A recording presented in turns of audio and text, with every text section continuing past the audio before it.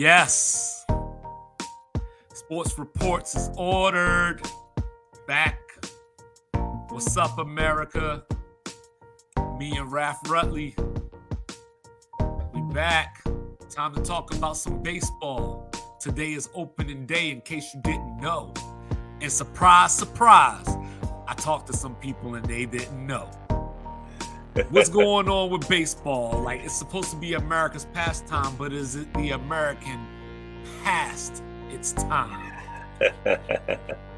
It's time to make some predictions. We're going to give you our division winners, tell you who's going to make the wild card. We might even pick a World Series up in here. Then, I want all you women out there to pay close attention. These leagues do not care about you. We're going to tell you why. Starting off hot. We're going to tell you why. We 30 seconds in. You know what I'm saying? And then black people, the NFL told us we don't matter, and we still here. We're going to talk about it. Then we're going to close it out. There's 5 teams vying for 4 spots in the NBA Western Conference play-in. You got Minnesota, LA, New Orleans, OKC, and Dallas. Who's the odd man out? We're going to talk about it. And then we got some things to get off our chest. What's up, Raph? Hey, man, just chilling, just loving energy on a Thursday night. So, yeah, let's get into it. You know what I mean? We had baseball crack of the day. Let me know if you're excited for it or not. You know what I mean? Like, are you excited for this baseball life? You know, I'm excited, just because of all the new rule changes. But I think baseball, they left a long time ago as far as excitement goes. But on a quick note, before we even get started, I just want y'all to know, the NIT championship game is about to start in about 3 minutes. North Texas against UAB, Florida Atlantic's conference mates. Charlotte already won the CBI, so give Florida Atlantic some respect. But Raph, are you excited about baseball? I like baseball. I played it as a kid. It was like the only sport I was really good at growing up.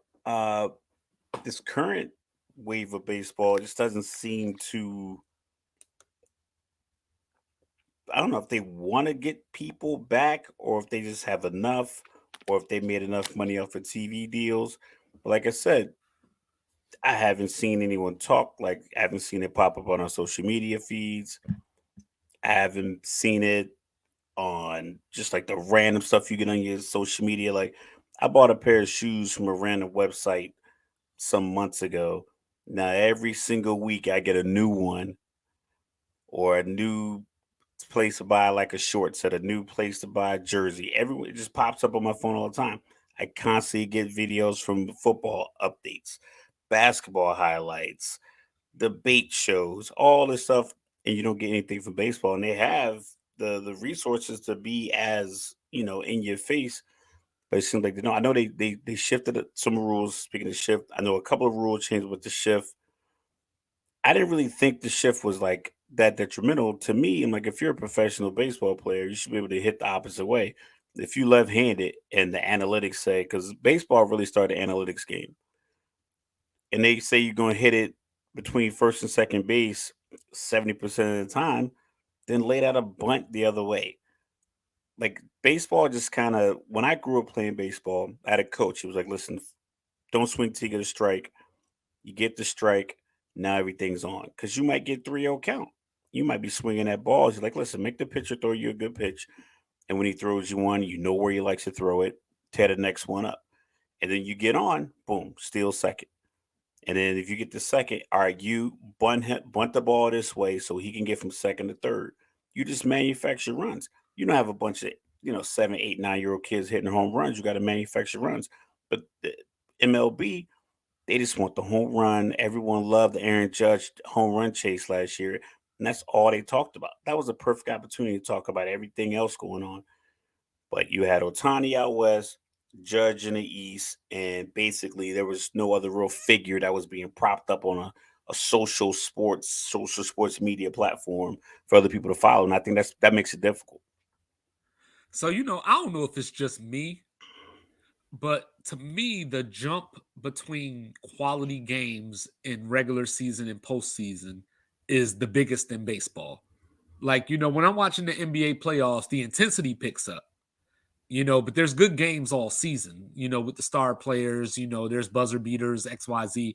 NFL, same thing. Last second field goals. You might have a defensive struggle that only 2-5 likes going on. But the NFL, the intensity picks up in the playoffs. But in baseball, I think it could just be a factor of the regular season being so long. But when you talk about the manufacturing runs, that's when I love baseball in the playoffs. Like, you get the runner on first. How am I strategically going to get this dude home versus hitting it out the park? Like, that part of the game, the cerebral part of baseball, is what draws me in, But I got some good news, bad news. So the good news is baseball is addressing these rules and experimenting to try to find a new happy medium.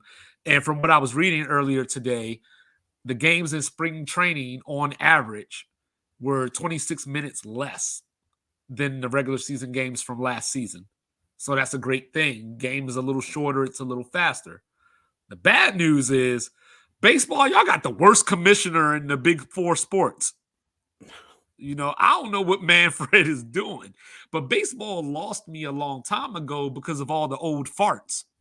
Like baseball, they call it traditionalist, they call it purist, but like these dudes that are like, don't run around my bases like that. Like, why you happy you hit a home run? And you know what I mean? It's like, I'm supposed to run around the bases with the ice grill on. Like, so that's where baseball lost me because, we talk about the NFL being the no fun league.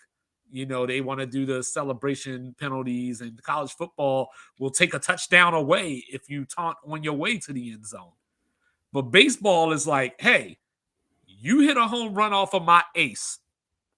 You're excited.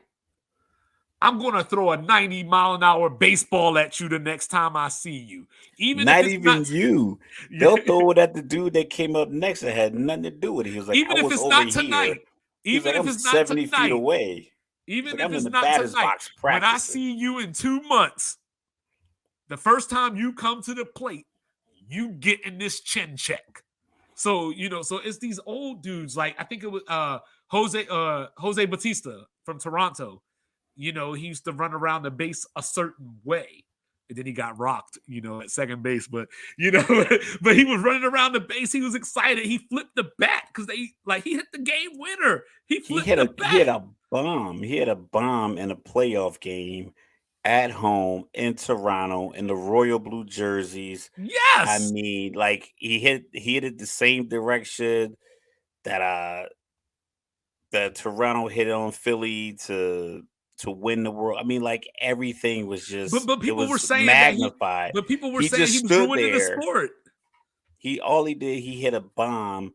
He celebrated by like staring at his bench and giving like a little roar, and he threw his bat. Like he didn't So flip it, he just threw it towards if yeah. he threw it at the other team, I see you could be upset. But like everybody knows in that moment, any other player of the other nine people watching the ball go out of the stadium, if they would have hit a ball like that in their home stadium in that moment, their reaction would have been, if not the same, it would have been something that somebody would have complained about. Right. So It's so it's the here's same, something yeah. It's just front running. so here's something for you since you brought it up, like I like how we always I don't know how we do this. Like you just bring up the thing and I so CJ Kelly of howtheyplay.com, did an article about baseball and like the declining excitement for the game. So he said during the past 20 years, overall attendance has declined, but just slightly. It's not enough to think that it's a crisis or something that baseball has to get in front of. But the average viewer on local baseball broadcast are 55 years old. So they phased the young man out of baseball because, like, you played baseball as a kid. I played softball a little bit as an older dude or whatever, but I was always watching baseball as a kid. Like, Cal Ripken. I grew up in Baltimore. The Iron Man streak. Ken Griffey busting the window, at the warehouse. I was there when that happened. Baseball was exciting. And then at some point, baseball just said, we don't want to evolve. Like the NBA evolved, and the players started evolving, like the NFL evolved, or you could say devolved because all they do is pass all the time now. But they took a different approach.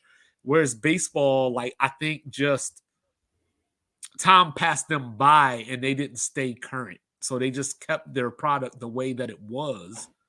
And now I wonder if these changes that they're making, even though I like some of them, I wonder if it's too little too late.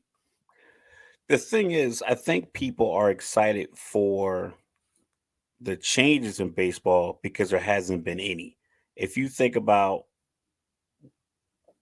the NFL owners meeting just occurred over the last few days and all the rule changes, every new rule change that comes out of the NFL owners meeting gets a segment on some show. The new rule with the number 0 gets a segment. If they discuss the whole rugby scrum for third and one, fourth and one, the Philadelphia Eagles style, that'll get a segment. When they came out with the Thursday night rule, we'll get into that later. Like all of that stuff gets segments. So everything that's happening in the owners meeting for the NFL in the off season is coming out. I think baseball is going to try to get some of that. But the thing about baseball that helps them out is their off season is very short. The Mhm. World Series is like the end of October. I think it bleeds into November, depends on how long the series go. And we talked about the new format. So essentially, their off season is November through March. Yeah. That's only like 4 months. You got the holidays where people are only paying attention to football. So it's not like people are like, oh, baseball's not doing anything in this time. And then they come right back. February starts to warm up in Arizona and Florida, and they're back to spring training. So they have an opportunity. Like their off season is very short. They just don't have a lot of big free agent stuff. And like a lot of their moves aren't impactful because it's a collective. If an ace leaves the Mets that goes to the Padres, it's still he only pitches every 5 days. The top guys tend to stay with their team. And if a guy does go to another team, you got a few guys making the $400 million deals, but it's not a lot of those players that are moving. Whereas the NFL, every year, quarterback is up for a $60 million deal. So I think they're going to get to the point where your personality you're gonna have to let just go. You're gonna have to let Chad Ochocinco change his name to Ochocinco and dance in the end zone. You're gonna have to let the bat flip go. You can't take it personal. You're gonna have to put your big personalities out there because a lot of it is. I know the percentage is something like 8% of the league is African American, like African American. That you have your Dominicans, and your Cubans, a lot of those guys, and the most of sport is white guys. There's nothing wrong with that, but sports doesn't do a good job marketing American white guys. They haven't done it recently. The NBA barely does it, and when they get a good American white guy, they don't sell him to the public the same way because I don't think the public is buying them the same way they're buying Dame Lillard, the way they're Well, buying Altuve and these other guys and Aaron Judge. So they have a lot of guys that aren't typically marketed as faces of the league. I think baseball also suffers from, by structure, the best players don't always make the playoffs. Like the team dynamic of it. Because like if you watch the NFL, I'm sure it would be less exciting if Joe Burrow wasn't in the playoffs, or if Patrick Mahomes wasn't in the playoffs, or like if you watch the NBA, everybody got mad when the Lakers didn't make the playoffs. But in baseball, I still can't tell you. I could not pick out Mike Trout out of a lineup. I have no idea what this man looks like. And he just got struck out by Otani last week in the WBC. And I That's still his can't tell you what, teammate. yeah, and I still can't tell you what he looks like. Shout out But to Millville, New Jersey, yet again. Another athlete coming out of Jersey. but But that's the thing; they don't like Mike market it. Trout doesn't make the playoffs, but people like baseball, people that I trust that like bleed baseball their whole lives, they tell me like Mike Trout is literally a top 5 to top 10 player of all time. but he's never in the playoffs. Barry Bonds never won a World Series. Like these things happen with baseball stars, where Sammy Sosa, like those years he was hitting home runs, the Cubs weren't necessarily that good. Like the Bartman thing came a little bit later. Mark McGuire, was a name because of the Bash brothers in But that's Oakland. the thing. Those guys had the name. We could talk about it. I could talk about Brady Anderson with the sideburns. I probably mentioned that Yeah. before. I mean, it's just like Rafael Palmeiro, Eddie Murray, Fred McGriff, Chipper Jones, Andrew Jones, Greg Maddux, John Smoltz, Tom Glavine. I mean, you could just run off all these names. Barry Bonds didn't win a World Series. He's considered the greatest baseball player of all time, but you knew who he was because they showcased it. They put these guys out there. Right now, you got Shohei Ohtani. You have a lot of foreign players. I'm not sure how it's the issue. I won't say issue.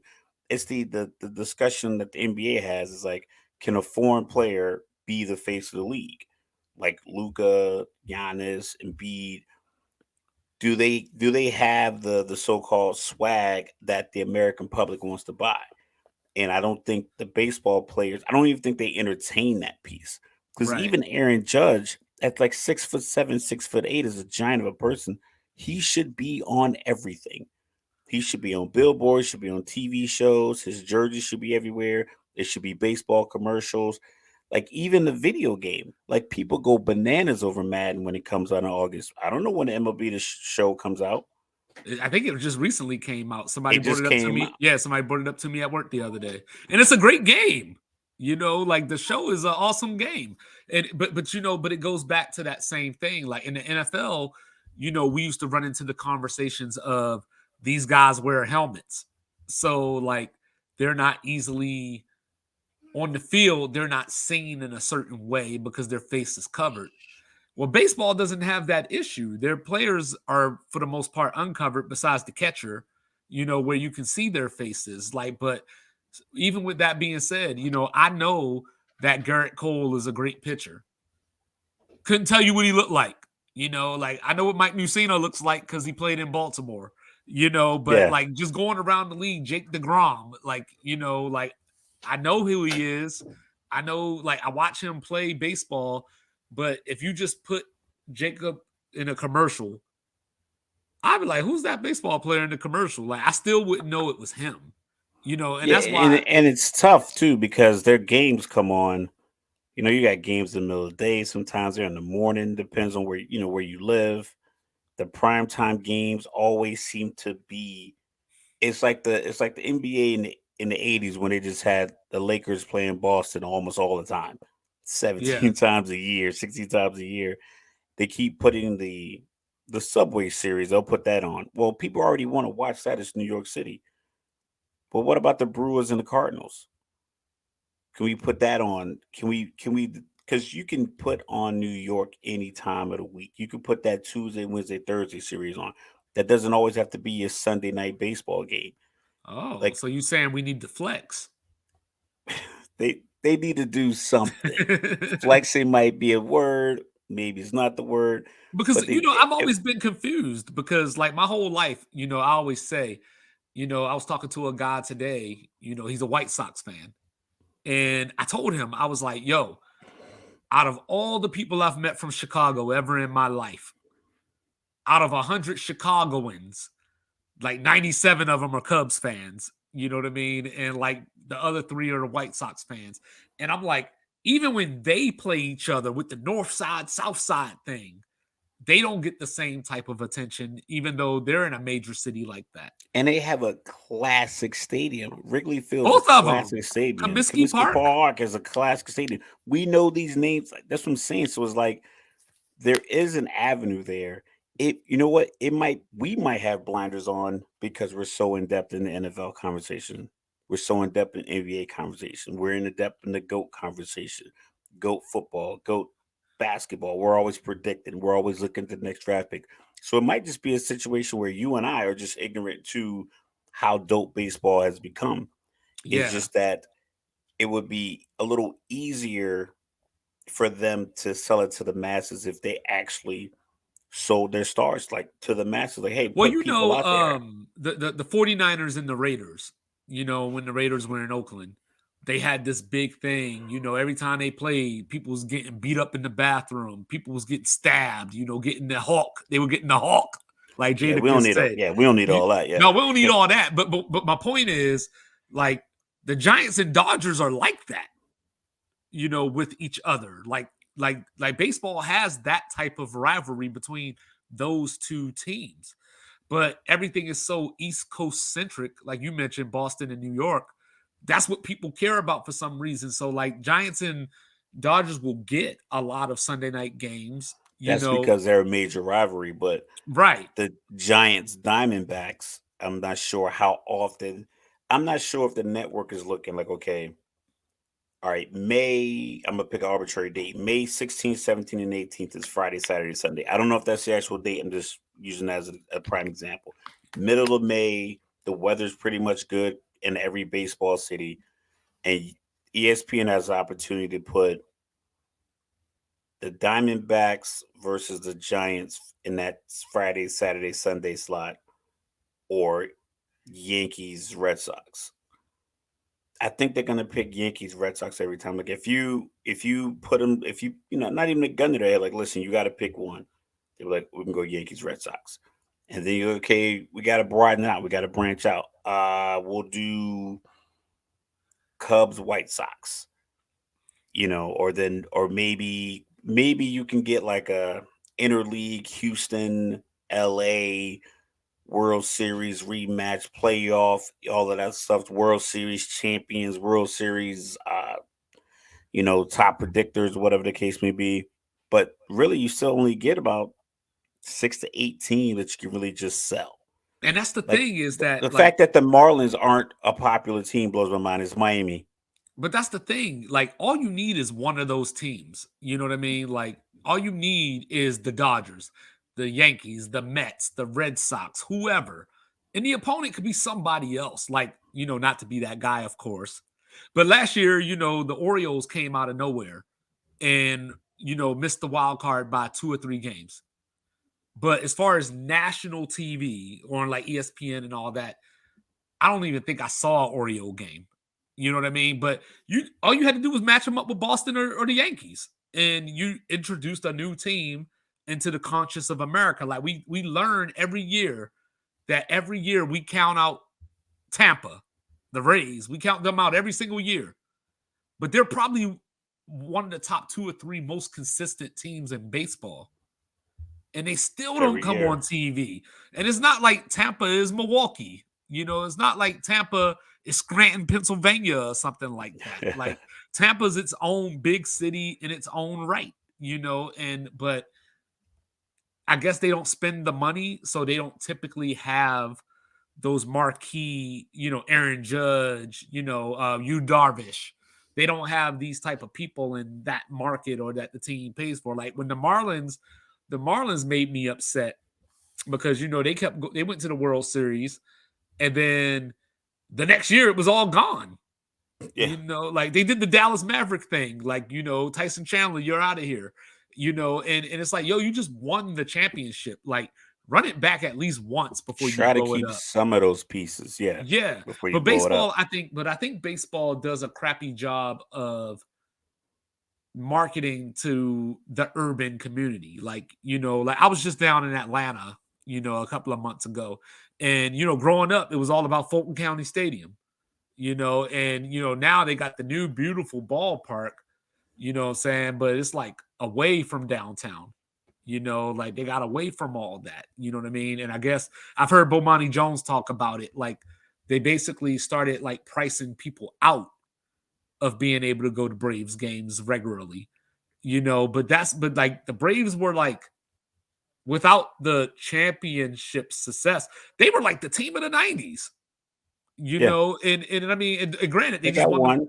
yeah, and granted, they just won the World Series 2 years ago, so like I think baseball it's throbbing, if you will, no innuendo there, but they're throbbing for Pause.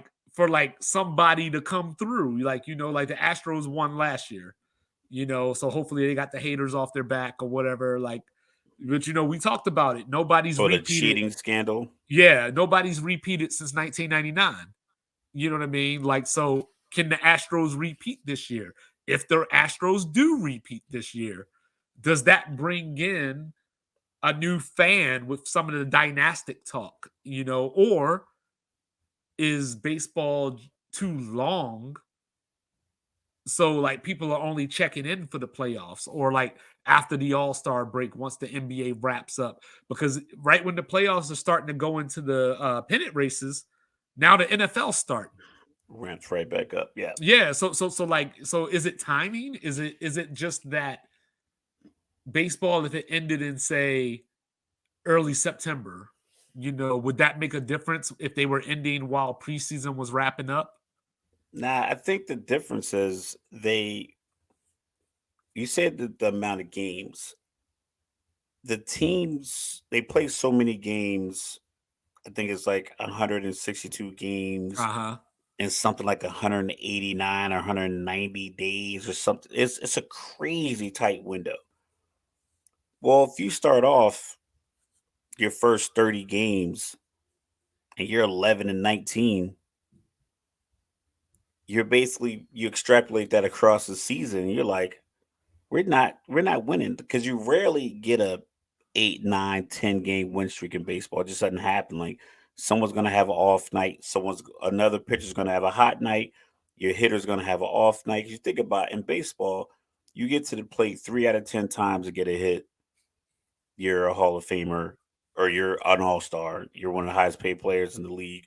You go 4 out of 10, it's historic. So a lot of guys don't really string together. A lot of teams don't string together 8, 9, 10, 12 wins in a row consistently. It might be one team that gets hot, and maybe another team wins 16 out of 22 games. But once you after those first 30, so that first month and some change, first 30, first 40 games, yeah, 11, 12, 14, and 20, 26, something like that. Guys, they start selling off assets. So the product you get by the time the summer comes around, so you got baseball right now. We're going to go all the way through April, and we give April to the end of May. That gives us, we call that 61 days. At the rate that they play their games, they're probably going to get about 50. We'll say they get 45 games in the next 60 days. So if you're a team and you're 20, or you're like, 17 and 28 after 45 games, it's June. You're already going to start selling off assets around the trade deadline during the middle of the season. So when the NBA finals and everything ends, the team you would root for could already be out of it. Mm-hmm. So now it's like, like, for instance, I live near the Phillies. I could catch a train to the Bronx to catch a Yankees game, or go up to Flushing. Uh, like, you could get to these games, but are you going to pay the money to go to these games if the team is 20 and 40 after 60 games? Because that's what happens. So these teams are, before, as soon as the NBA season ends and you want to shift to baseball, the team you root for could already be out of it. Like, the No. Milwaukee Bucks can win the NBA championship, and when they're hoisting the trophy, the Milwaukee Brewers can be completely out of baseball tendency. So it's like, well, I'm gonna spend the summer doing regular summer stuff and then wait for football. Well, yeah, like when I was retiring, like I started my terminal leave in April, and so baseball season was just starting to get into swing, and I was in Wyoming, so I went to like 4 Rockies games, like within like the first month of me retiring. And it was crazy. Like I felt real dumb afterwards because I was like, yo, I got center field tickets, row 2 in the center field, the second row from the wall for $8. And the guy was like, yeah, dumbass, the game is at 1:30 in the afternoon. Like people, Sun right in your face. yeah, people are at work, kids are at school, like all these things, like these tickets are available because they got to get somebody in the stadium. Like I thought I was like the man coming up with all these deals, you know what I mean? But it made sense why the deal existed in the first place, because, like, for somebody like me that lived in Wyoming, I learned a very painful lesson because I brought the whole family down for a 7:40 game. And, by the time we made it back home, it was 12:30. I got to go to work in the morning, so like, so it kind of put things in perspective, where, like, all money ain't good money and all that good stuff. But, Yeah. but baseball, like you said, like, the games are going on while people are at work and while people are, just living life, I guess, so it's hard to have that interest. So I think baseball, besides hockey, is probably a box score sport, where, like, people But look at the. hockey is fun to watch. It Hockey has is. personality.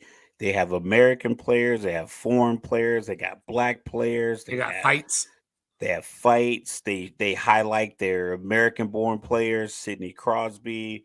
Then you have Ovechkin. I mean, again, these guys are like, the legend of the sport right now. Yet, What's up, we Wayne got Gretzky? We had Wayne Simmons here in Coming for Philly for a you. while. So you have, and a lot of those, hockey players play until like 30 or 40. And no matter who's on the ice, it's exciting because everybody has to be moving with the puck. Well, Whereas baseball, you can literally you can watch a baseball game, and if there's no if if the best hitter on the opposing team is having an off day, then it's like, who am I watching? Like, when we were in Colorado for training. We went to two games. I went to two games. Me and you went to the game. We were way up in the nosebleeds. We snuck down to the first baseline. The second time, I was like, all right, I'm gonna get some tickets. I think I spent like $17, $18 on it, but it was the same thing. The game was at like 4 o'clock. The sun was like leaning on me, and I wanted to see Yasiel Puig. Well, if he doesn't get a fly ball and gets to gun it to someone to throw him out, or he doesn't get a home run, then all I get to see is a bunch of other players that like didn't really interest me. Yeah, and, But and you know what? he did get to try to gun somebody out, and his cannon is ridiculous. And you know what, Washington Nationals dudes? I was 2 rows behind the wall. You could have threw me one of them damn balls. But I even had the hat on. But it's just one of those things where I think that baseball is just one of those sports that, if you didn't grow up with it, it's hard to come into it. Like, because, like, kids play football, so it's just natural to watch football. Same thing with basketball. But if you don't play baseball, like we were talking about, I brought up how the spring training games were ending 26 minutes earlier. Maybe that Yeah. will cause a little bit more excitement because, I will say, watching baseball on TV, unless it's the playoffs, is like an awful experience. You know what I mean? But going out to the park is so magical sometimes. Like, even if the game isn't the best, the atmosphere, like the scenery, the grass, like, it's just a beautiful game. The food, it's eerily silent though. So that's the thing. So it's eerily silent to sit there at a baseball game, and like you think you're gonna get the play by play from the booth, but it's just quiet. It's like the pitcher gets the ball and he throws it. Like, it's It's so, almost like I like said, the golf. ambiance is dope. Yeah, it's a weird thing to watch, but you get the excitement of the foul balls, you get the excitement of the home runs, you get the excitement of the deep shot in the gap. Is the guy gonna try to get the three or two? So the sport in of itself is exciting. We've seen it for years. Like I said, it's America's pastime. But what do you got to do better than let people know, like, hey, we out here. Let's go. This is the guy. This is Gary Cole. This is Aaron Judge. This is Mike Trout. This is what they look like. This is the commercial they're in. They're in Jeep commercials. They're in Honda Civic commercials. Whatever you got to do to get, Jose Altuve in more commercials. Get them I out here mean, so I people can mean, see where they sex are. sells. Sex sells. Get Aaron Judge in a Chicks Dig the Long Ball commercial. You know what I mean? Like, Something. something. You know what I mean? But, Fucking a beef jerky commercial. Something. snap into a Slim Jim. But, Anything. so here we go, prediction time. But before we get to the predictions, I want your opinion with this wild card format. The top two division winners get a bye, and then you got your 3, 6, and 4, 5 matchups in the 3-game series. You don't like. I like it because, like I said, I think it creates the excitement, and they only have to carry it for a few months before it ramps right back up. So you have the initial 3-6 round, 4-5, best of three. It's quick. You can't have two off nights. You're three. You might be a half a game behind the two, but you just end up third, and you have two more off nights. Not a team that came in as a wild card that won on the last day. Now they're sending you home. You can't have that error, can't have a pass ball. So I like the sense of urgency. It's not a one and done situation. I didn't like that because you got to give somebody a chance to make up for one off night. But you got two, hey, it's a wrap. Well, But like you I said, then that carries over to like February because the World Series ends October, November. Boom, carried around the February. in true 2-5 style, Downstairs. like I understand the excitement. I understand more teams equals more excitement. But I think baseball had something, when I was younger. Like because in the NBA we talk about how, especially with the play-in now, literally 2/3 of the league makes the playoffs. In the NFL, like 14 out of 32, and then, you know, hockey, is pretty much 16 out of the teams, make the playoffs. So I liked baseball growing up because the playoffs felt so important because such a small number of the teams made it to the playoffs that it created the urgency within the season, because Yeah, a lot of times, like in a sport like baseball, I brought this up when we were talking about the play-in. If we play 19 games over the course of a season and I got a 13-6 edge, you don't get three more games. You know what I'm saying? Because like even if you sweep me, I'm gonna be like, I still beat them 13 out of 19 or whatever. I beat them yeah, 13 out of 19. Now I beat them 13 out of 23, but I still won more games than you, and you made it further in the playoffs than I did. So I understand it. I'm not necessarily the biggest fan of it. yeah. You The know, playoffs aren't designed to be unforgiving. They're designed to be equal. yeah, but like And if you got a but shot. but we're trying to crown the best team, and I proved already that I'm better than you. Then beat So me again. yeah. That's what they tell Alabama. They'll beat Georgia, But Yeah. so, so prediction time. So Raph, I got the Yankees winning the AL East. Like what you got? I mean, I'll go with that just because it's some of these division winners are going to be the same, just off of just power. Like they just put investment. They invested in the players. They invested in the pitching. If they're all healthy, they're going to perform the best because you have the better players. Yeah, So I'm I gonna go with think the that's what it Yankees. boils down to. I think the Yankees just have the better players in the division. Like I said, Tampa is very consistent. Toronto, is has been good the last couple of years, but they just can't get over that hump. The hump being the Yankees, they just can't get over it. Baltimore, I think, is still about a year away from like not necessarily winning a division, but being a real viable playoff threat. Like they've been building up through the farm system. I like that, but I think another year away.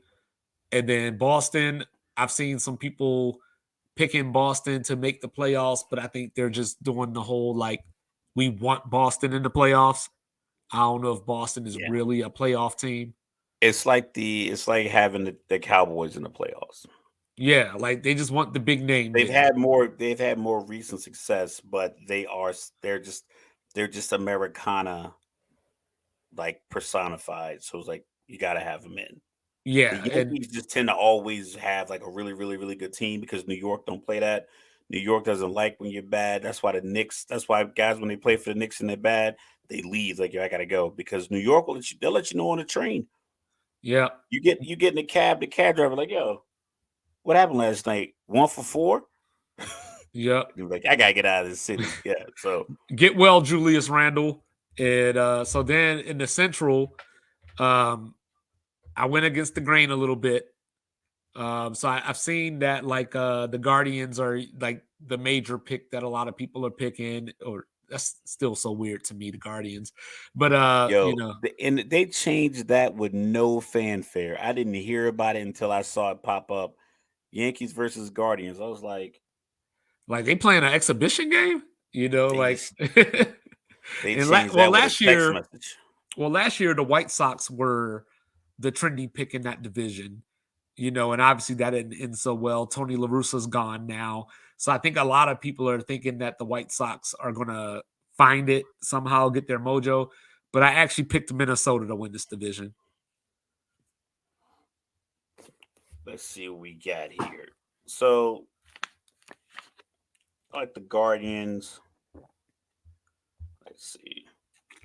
I know it ain't the Royals or the Tigers, even though I do expect the Tigers will be a little better this year.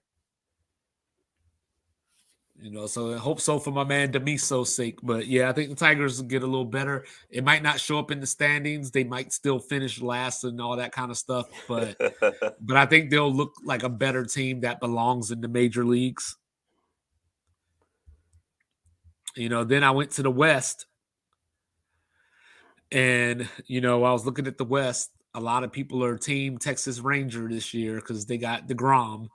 I like Seattle, but I picked the Astros to win the division again. I think, to win the division. I think the Astros are just too good. They did lose Justin Verlander. That matters. Even though he's older, that does matter.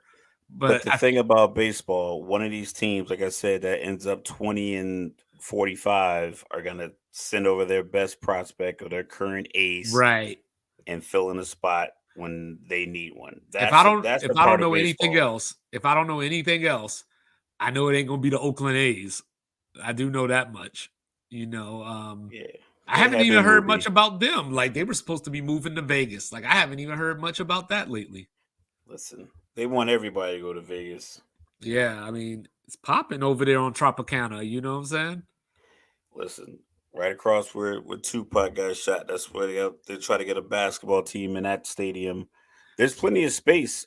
That's Well, one thing. Reliance Stadium in Vegas is right there. It makes the most sense. I don't want to take away from Oakland's yeah, Oakland. I don't want teams, Oakland to lose another team. but let's keep it 100. They still have Sacramento basketball. They still have Golden State Warriors. They still have the 49ers. They still got the Well, I San mean, even Jose. the Warriors bounced him with the San Fran. They still have enough sports in there. It's not like when Indianapolis left in the middle, or Baltimore, when Baltimore went off to Indianapolis in the middle of the night and left them with nothing. Right. They still have options, and And not I like they did was supporting the team. Not like they was selling out the stadium that needed repairs 15 years ago. and I did hear that Portland and Nashville was on that short list as well. But like Vegas sounded like it was going to be the move, but I haven't heard much about it during the offseason, actually. Because they probably have deals, but no one talks about it. If an NFL team was talking about moving, we talk about it all day long. But I mean, move yeah, up the road to Sacramento if you have to, I guess. So then you over in the National League, over in the East, which I feel is going to be, the best division in baseball. This is going to be the SEC of baseball. I picked the Braves to win that division. I think they got the pitching and the bats, another farm system team, just won the World Series 2 years ago. So, I think they're still pretty good. Bryce Harper is starting the season on the IL. So, originally I was going to pick Philly, but then I took that into consideration. And then I know the Mets are going to be the trendy pick there because they went out and spent all the money. But I'm going to go with the Braves. well, when I was following baseball, I was a big Braves fan back in the day. My young self back in the '90s. But I'm gonna go with the Mets because they spent the money. I think, like I said, just having the money, keeping the arms healthy. If you have great pitching, solid hitting, and you have a ownership group that's willing to put Mhm. money on into these positions, it's almost like college recruiting. If you can get all the players there and keep them healthy, you have your best chance to win. Because baseball, yes, there's a strategy to it, but managers only get paid like a few $1 million a year. So it's not like they're as important to the success as say a football head coach or But offensive coordinator. So baseball is a simple strategy. If you can find a way to manifest and manage and get 6 to 7 runs, which is a high number, but if you have the bats to get the 6 or 7 runs, then you're going to probably win 95 to 110 games somewhere in but that with that range. being said, I do respect the Mets, because they do have Buck Showalter as the manager. I talked about how Houston didn't have Justin Verlander anymore. Well, he's a Met. They got Edwin That Diaz, they wasn't got because of the Jose manager. Quintana. That's not because of the manager. They fired the manager so quick. I know. MLB managers get fired quicker than black NFL coaches. And Straight up, like they'll get rid of a manager over an argument. They'll yeah, fire like some of them get fired mid-season. They'll bring in a pitching coach to be the manager. So it's all they do is take the pitchers in and out for the most part, like during the game. yeah, Like maybe they call a shift here and there, but a lot of time, like people, that's why the managers don't. They only get paid about. They get paid a handful of millions of dollars, a few $1 million, not big yes. contracts. So in the Central, I hate my own guts for this, but I picked the Cardinals to win the Central. I struggled between the Cardinals and the Brewers. I think the Cubs are going to be the trendy pick here, but I think the Cubs are about a year off. I'm gonna say Brewers, just because I think a resurgence is coming. I know they were like the hot team a few years back, and I just think that I think baseball has that capacity where a team is where these divisions can be just overhauled. It's not like the Mhm. same teams every year. So I think just off of a guess, I'm gonna go with the Brewers. I do miss the old Robin Yount uniforms though. Bring back the throwbacks, Milwaukee. I'm pretty And sure I got a hat in here somewhere. the one thing I like to say about the NL Central before we move on is that, like, yo, Pittsburgh is too good of a sports town for the Pirates to be doing the stuff that they're doing. Like if baseball had a G League, like the Pirates wouldn't even be good enough for that. Yo, I watched the Pirate game. Yo, it's mentioned that you said that last April. I drove out to Pittsburgh. I beat my daughter's mother halfway, so I went to Pittsburgh. Um, Stayed there, and they had Heinz Field packed for the spring game. And this is after Kenny Pickett was in the NFL. Everybody was in their jerseys. It was all over the place. It's all right downtown. Pittsburgh's a dope looking city. The stadium, NFL stadium, baseball stadium, everything's all downtown. It's all close. It's very nice. Big, beautiful The bridge. When I same watch the colors, game, it's all the same colors. The bridges are gold. Like it's just such a conglomerate of just passion for sport. And then I was watching a Pittsburgh Pirates game, and it was like one dude sitting out in like right field, and it was like 70 empty seats around him. It's like, where are your fans? yeah. So yeah, And thank you, Pitt Panthers. Side note, thank you to Pitt Panthers for bringing the script Pitt back in the blue and mustard uniform. So I appreciate that as an old school college football fan. And then in the West, I was toggling back and forth. I was flipping back and forth, and I'm gonna say it. I'm gonna pick the Padres to win the West. Because I think that beating the Dodgers in the playoffs last year, I think they got their boogeyman out the way. So I think the sky is the limit now. The Dodgers was the one thing that was holding them back. And now that they finally conquered the ghost, I think they pull off the division this year. I got the Dodgers Yeah. And winning over 100 games. the Diamondbacks are like one of my surprise teams. Doesn't necessarily mean that they're going to make the playoffs, but I just think the Diamondbacks are going to be a lot better than what people are expecting. I just know that every year one of these teams, it's like a team in every conference or every division, just has a terrible year. Like Yeah. just stuff just doesn't go right.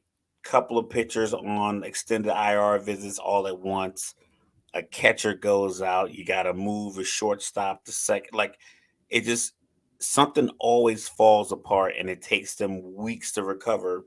But in that month and a half, like I said, See, and you're that's what scares me you're about the Mets. 6-22 in 28 games because you lose bodies. That's what scares me about the Mets, with old man Verlander and, Texas with DeGrom. Like, those are the things that kind of keep me away from picking those teams to win their divisions because, like, I don't know, like, what Kershaw up to these days, like he getting old too. So, like these older guys, man, like you just But no, what's getting old? I think we hit a number and we look at our own ages. But I think if we look at the players today, um, I think players today with the nutritionists that they have on staff on the team and the ones that a lot of people hire, it depends on your how long your money is.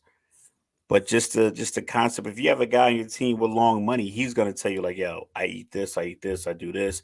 He might even work out with you. You might be able to come to his place. The team might say, you know what, we want to keep you around, so we'll put you on a pitch count, and every month we'll adjust it. We'll see you get MRIs and check this and check that.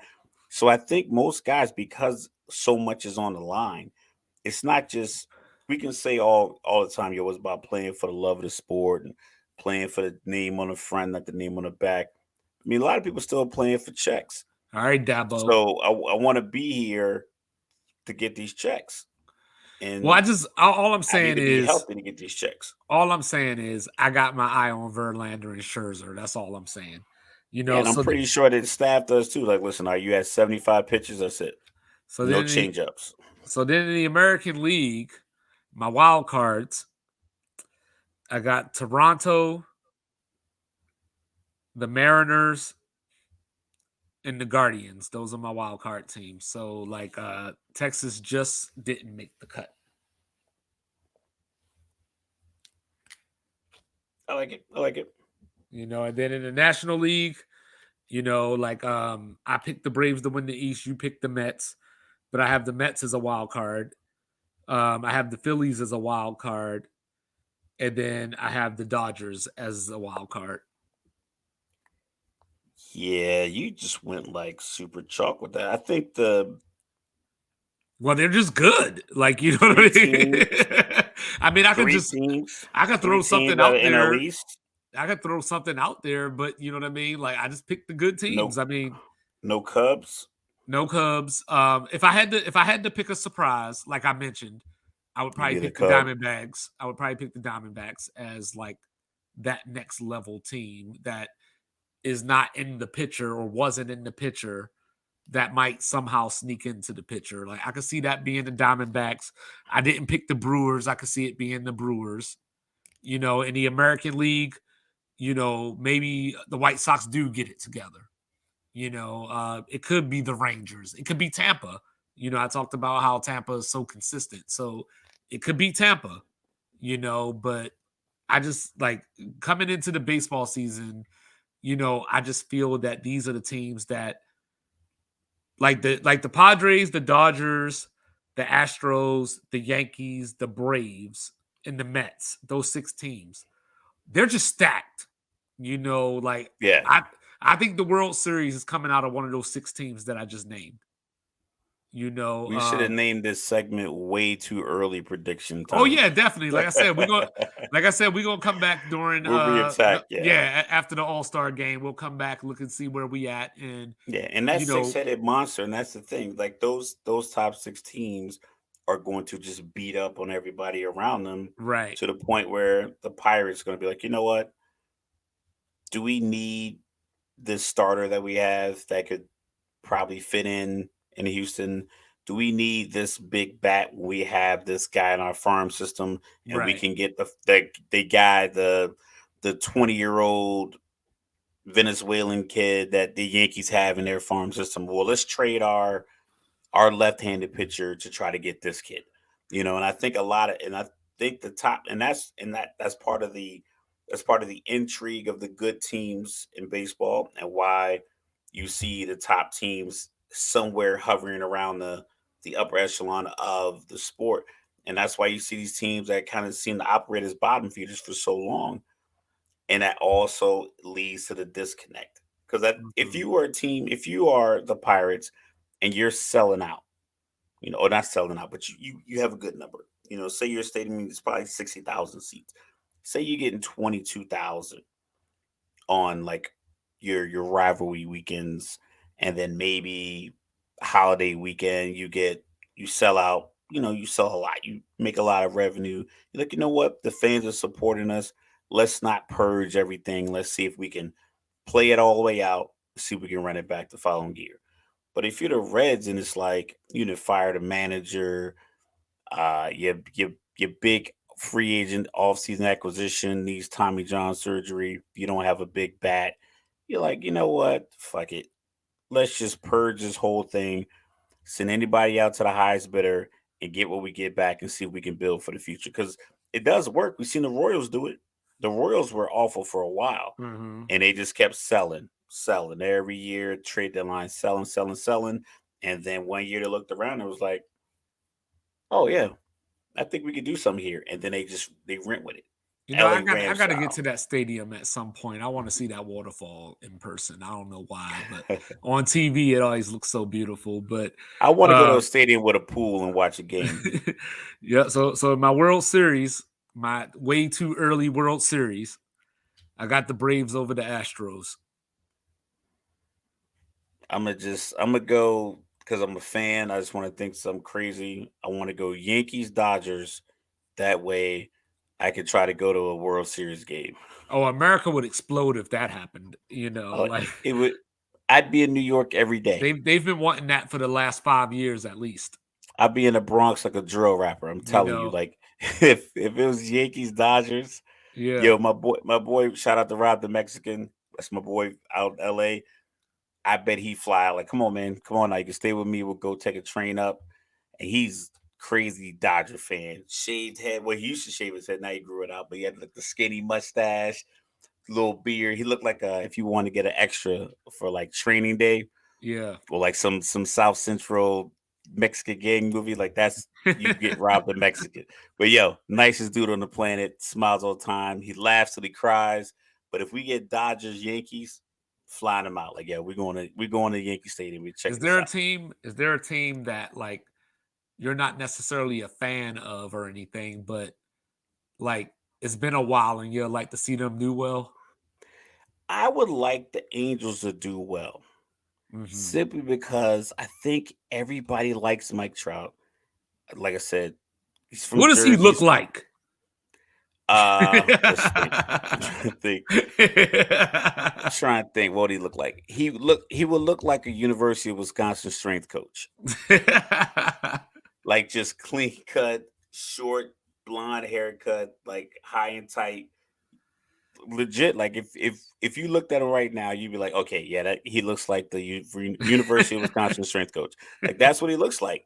He just looks like your athlete. Uh, there's a video of him. I don't think he was dunking. I think he just was shooting jump shots with Steph Curry. But even then, Can he beat Brian Scalabrine?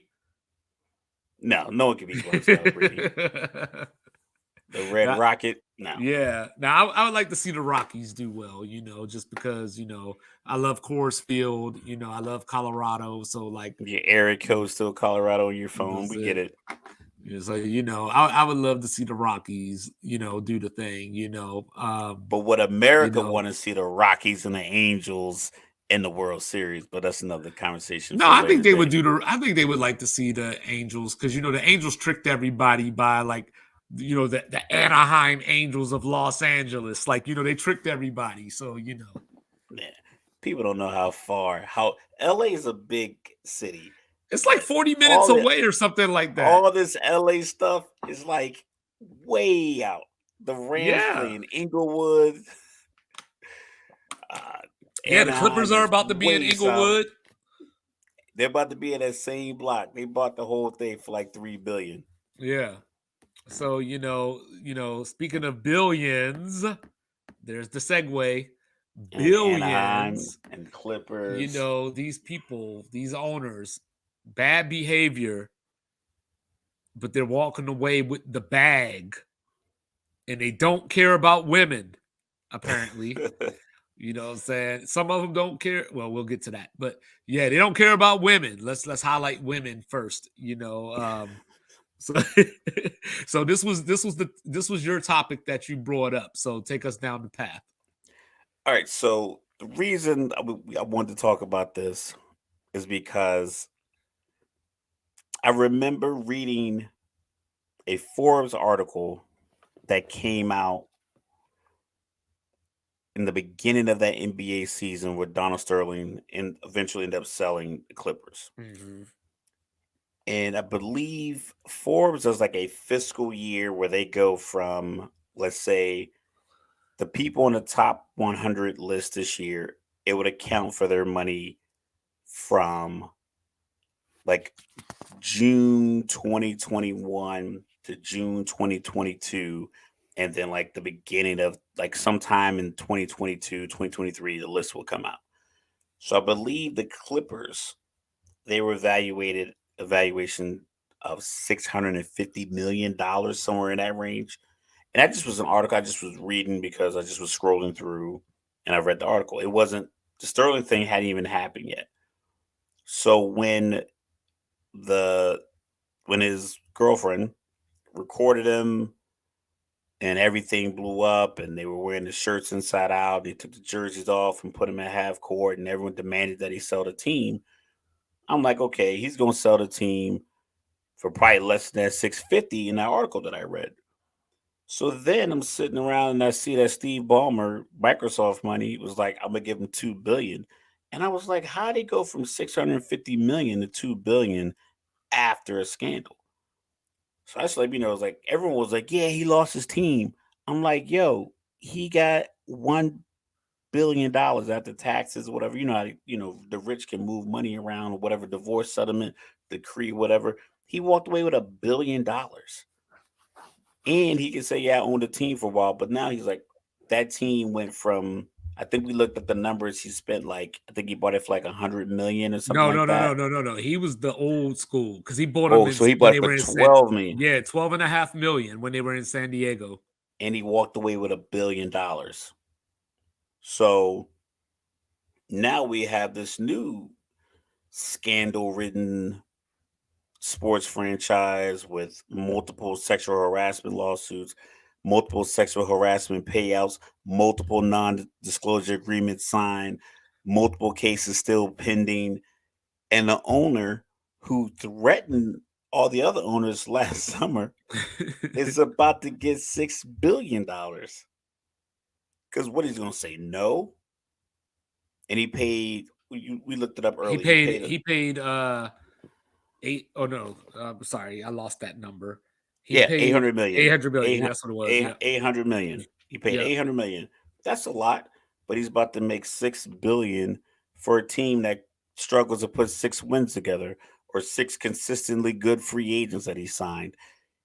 So, What up, Albert Hainsworth? yeah, when he just laid on the ground. But yeah, so the owners, I know there's nothing you can do about it.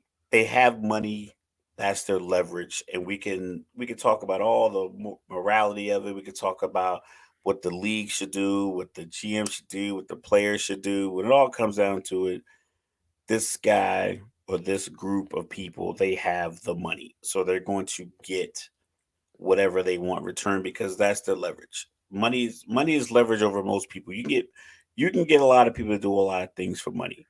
So when you have that much, but at least talk about it as if you're not concerned about the repercussions, because we could talk about Robert Sarver. He was sending out filthy text messages in the group chat and saying and telling stories with racial epithets and sexual harassment claims in the open, like in an office meetings and things of that nature. So it was like, but he just basically they sell him sell his team. He gets his $4 billion. He gets to ride off. Meanwhile, if uh, a guy like Antonio Brown does something nutty in a hotel, or Michael Irvin is just having a 45-second conversation with the woman in a hotel, he gets kicked off of the Super Bowl coverage. No one comes back and says like, "Oh, this seems fishy," because as when he countersued for the $100 million, people blamed him for it. Like, no, I am so confident what's going on here. I'm going to countersue you for $100 million. But when these owners behave badly, Jerry Jones taking pictures with the little young girl. He got his hand behind one girl's head. She's on her knees. Another girl, happily married man. What are you doing on this yacht or dorm room, wherever you were with these young chicks? But people just look at it like, oh, that's just Jerry being Jerry, and they just let it slide. So I want to talk about it. I want to talk about it without, because like I don't care what they're gonna say. They're gonna shut me down. I'm using the internet. I pay for the internet myself, so I can say what I want on my internet in my room in Jersey. Holla at me. Yeah. So I just And want to he, talk about it honestly. These dirtbag dudes with money get to get away with anything, a la Dana White. No one said anything about Dana White. Jonathan Majors, he doesn't even get charged with anything. And everyone wants to talk about how terrible he was at Yale, how he was a diva on Broadway. All this stuff is coming out. Well, he been had these movies coming out. If you felt that way, how come you didn't say something then? But they always want to wait till, oh, he's a falling star now, let me pounce on him. But when Dana White slaps his wife and people recording it, he literally comes and say, "What you gonna do? Take my company from me?" yeah, No, no. like he said something along the lines of like, if I'm suspended, it hurts us, you know. And that was the funny part, because like people that I respect, like say Molly Kieran, for example, like she's always one of the women in charge, leading the charge against violence against women being mistreated. She was a mouse in this Dana White situation. Like her and Stephen A, like just got everything to say any other time about anybody else. This particular time, women didn't necessarily matter. Daniel Snyder, let's get back to him for a second. So Daniel Snyder, this guy got everything you don't want. Man, just pull out the list, man. Like this man, Just run down the list. We got all this night, man. Run down that this list. this this team was accused of having women, I believe it was down in Brazil, cheerleaders, stripping and getting naked for stakeholders and these dudes, and they didn't consent to it. They I guess they had to do it. They were going to lose their jobs or whatever it was, but they did that. So you're like, okay, like that's crazy. He went on for about 15 years under the pressure of like change the team name, and he's like, over my dead body. And people are like, yo, this is racist, man. Like, what are you doing? Now, you could get into your own argument about whether the name is racist or not. But, but with the climate that we live in today, he just stood up there and was like, I'm not changing the name. And then he eventually ended up changing the name. But like, he fought it until the very end. There were two women that literally said that while they were working for that team, they got sexually harassed over 500 times. The same two girls, same two women got harassed over 500 times. So he bought the Keep team. going. He bought the team in 99, you know what I mean? The year I graduated high school. And then in 2020, the Washington Post, the local newspaper, Jeff Bezos and the crew, Who they banned from buying the team. Yeah, they banned from buying the team. Had at least 15 female employees, former employees, that said that they were sexually harassed in one way or another while they worked for that franchise. Then, Keep going. So then you think that the women are bad, that he was doing the women bad. He was stealing money from the other owners. He was stealing money from the pot that the teams are supposed to share. Is that not enough? Okay, so then they had a raffle winner won a raffle for $14,000. One of those half and half things. And the check bounced.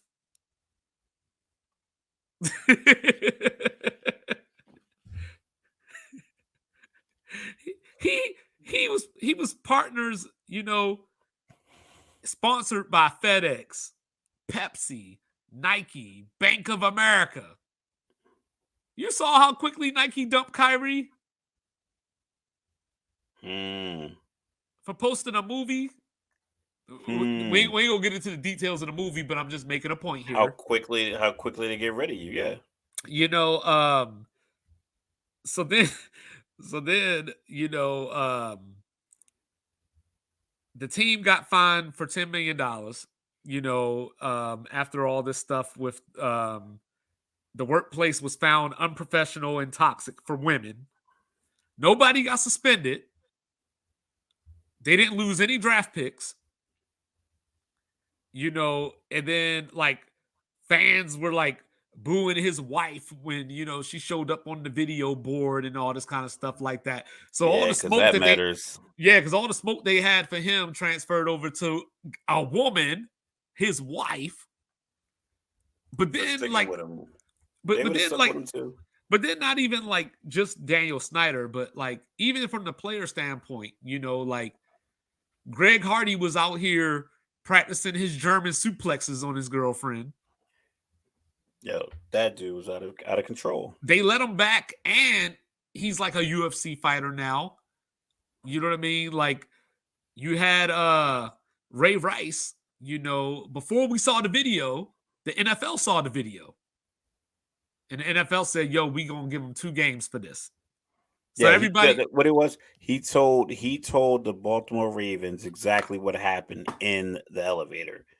And then they got the video and it matched what he said, but because everybody else now saw the video, they had to bump it from 2 games to 6. Yes. And then eventually I think it went to 16. Because they don't care about women. They care about their image. They care about how they're viewed. They care about perception, because perception is reality. They don't care about women, just like when this whole Kaepernick thing went down. And I don't want to get too deep into it because I know everybody's got a debate for that. But you know what I mean? The NFL chose sides. They said, yo, we're not going to let this dude in the league because, people like Jerry Jones was like, he's going to hurt my bottom line. He settled a collusion lawsuit. I don't know what the number was, but it wasn't enough. Collusion. It was collusion. They but settled it, so that means they agreed to something. Granted, you understand the legal stipulations of it, but they agreed to the merits of there was some level of collusion. There was some evidence to support collusion, so we can see what's going on with Lamar Jackson now. So everyone's saying it's a bad on Lamar for not having an agent, but yet you have guys with no integrity and no moral compass getting $6 billion, and you got a guy who's putting his body on the line who just wants $231 million guaranteed over 5 years. What happened to all I got in this world is my balls and my word. Now I'm breaking for nobody, but with Kaepernick, they chose sides because they were like, hey, he's going to be a distraction. He's going to hurt our bottom line. We can't bring this man in here because he's going to get more attention than the starter XYZ. But then they basically, by doing the way they did it, they basically told the people that supported Kaepernick, or at least supported his right to do what he did, that y'all don't matter. All these people over here, I'm signing your check. I'm gonna take care of them. I can't. Al Pacino had a line from Ocean's 13. He was like, "You think I want to pay you and carry you at the same time?" So it's like these owners, yeah, you could be mad. You could be mad getting your $40,000 a week, or you can be mad cut. How mad do you want to be? Because Kaepernick, I'm pretty sure everyone felt the rush of that, but that's the thing. That's the leverage that they have. Yeah. My thing is, I just want to talk honestly, because you can talk honestly about these cases. You can talk honestly about this public information. You can talk honestly about how the reason these guys had to sell their team. They could have had an honest conversation about Dana White's behavior. You don't have to call for the man's head. You don't have to call for the job. You could have made it a situation where, like, I look at it like this: New Year's come around. I'm so December 31st, 2023. I would have turned 42 years old 3 months prior to that.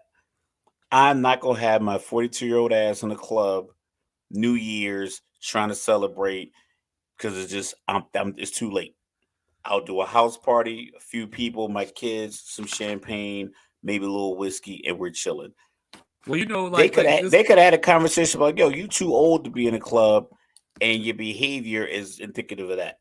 They could have See, said, hey, you shouldn't have done this, but the conversation could have been had, but they didn't have the conversation at all. see, Daniel Snyder, you know, he got that thing. He got that fu money, right?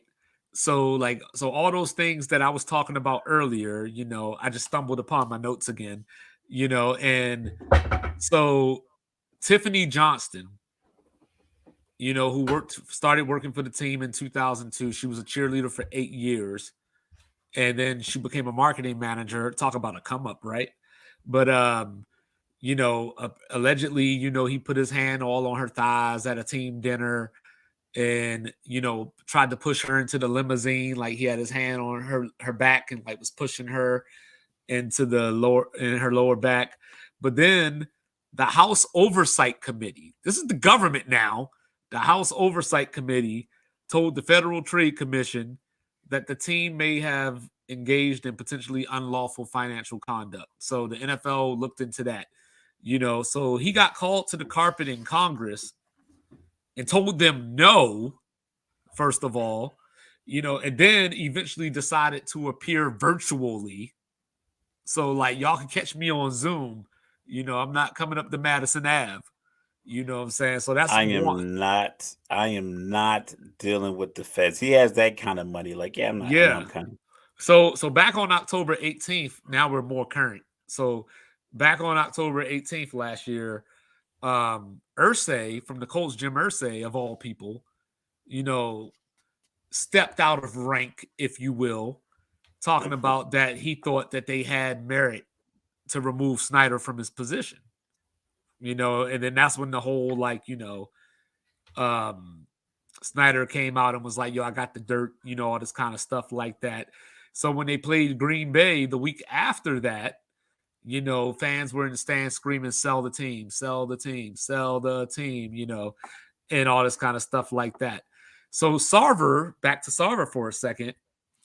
So the NBA ended up fining him $10 million and suspending him for a year, you know, where he couldn't show up to the facility. He couldn't represent the Suns or the Mercury anywhere, you know. And I'm like, yo, I'll give you 10 million if I walk away with 4 billion. How do you tell? And that's another thing. My mom used to call me Mr. Logical. How on earth are you gonna tell a man who owns a team you're done for a year? So this man's supposed to ignore the major cash tax liability, his responsibility for a whole year. Yeah. Stop it. Yeah. Stop it. Like And, they should have just said we find him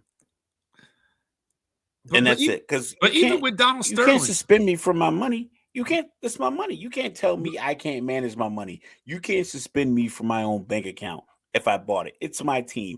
They can say whatever they want. You want to know how bogus that statement is? This guy had a Ponzi scheme and he ended up buying the New York Islanders or something like that. He gave him fake documents. They gave him a real document saying he owned the team. The NHL had to essentially make a deal with him to release the team, and he would say, I would do less prison time because those documents said he owned the team, even though he didn't give him a dime. He told him some bank in Boston was supposed to give him $85 million. He had the team, he was making decisions, he owned the team. So you get a guy who you're gonna suspend and fine. Yeah, you find him $10 million. You didn't suspend him from shit. he was I don't walking know why around. you even get on TV. Tell me that. It's like telling me, hey, you suspended from your college classes. I'm like, I got the app on my Hey, phone. I'm going to school. Like, stop it. he was out here I'll pay flashing whatever the fine. he was out here flashing the Usher bucks. Yeah, it's ridiculous.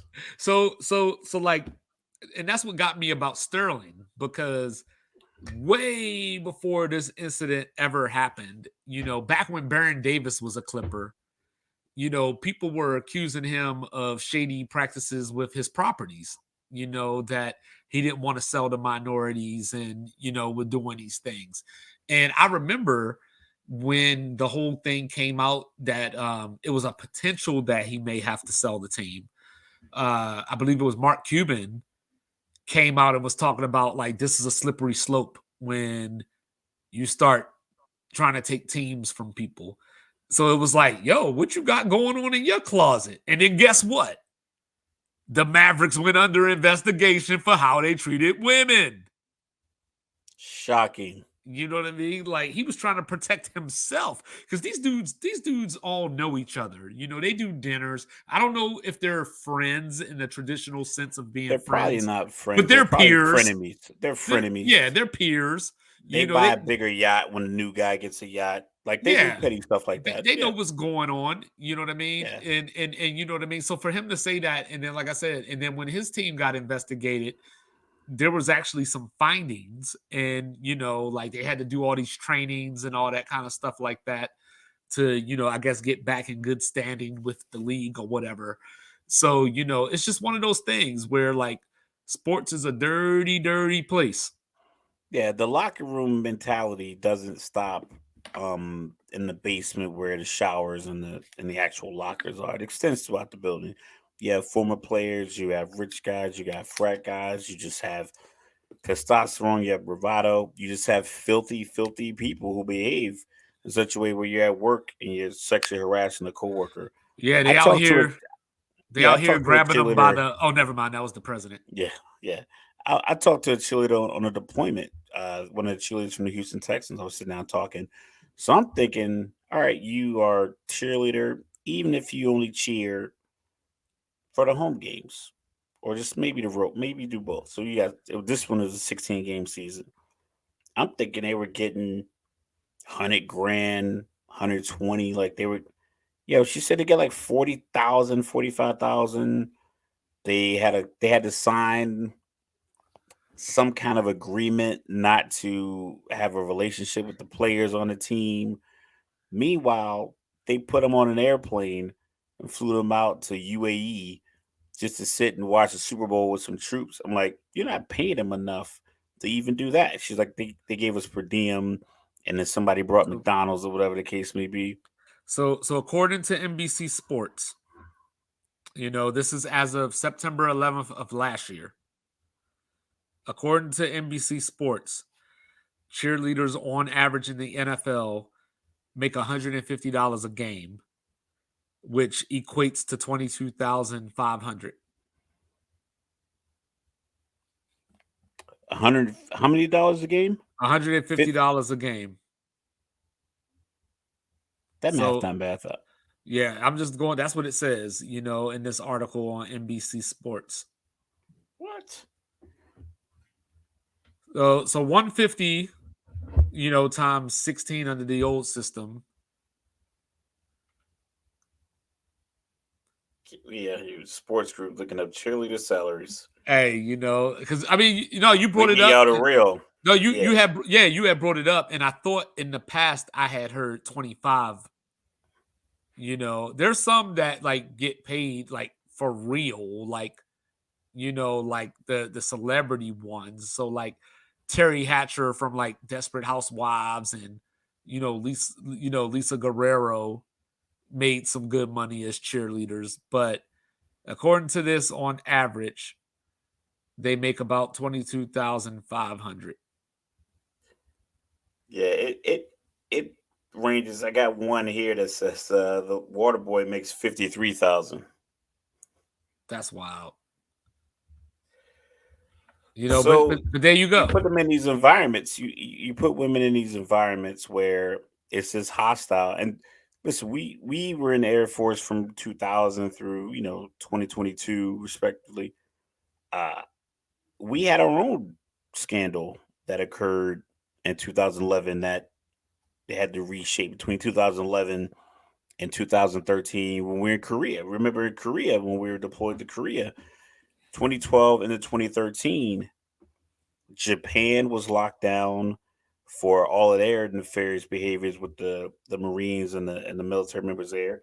And then overall, they did an investigation and they showed that our environment was a little too misogynistic. So we had to tone it down. We had to take the cuss words off of a lot of like a lot of people in Korea wear jerseys.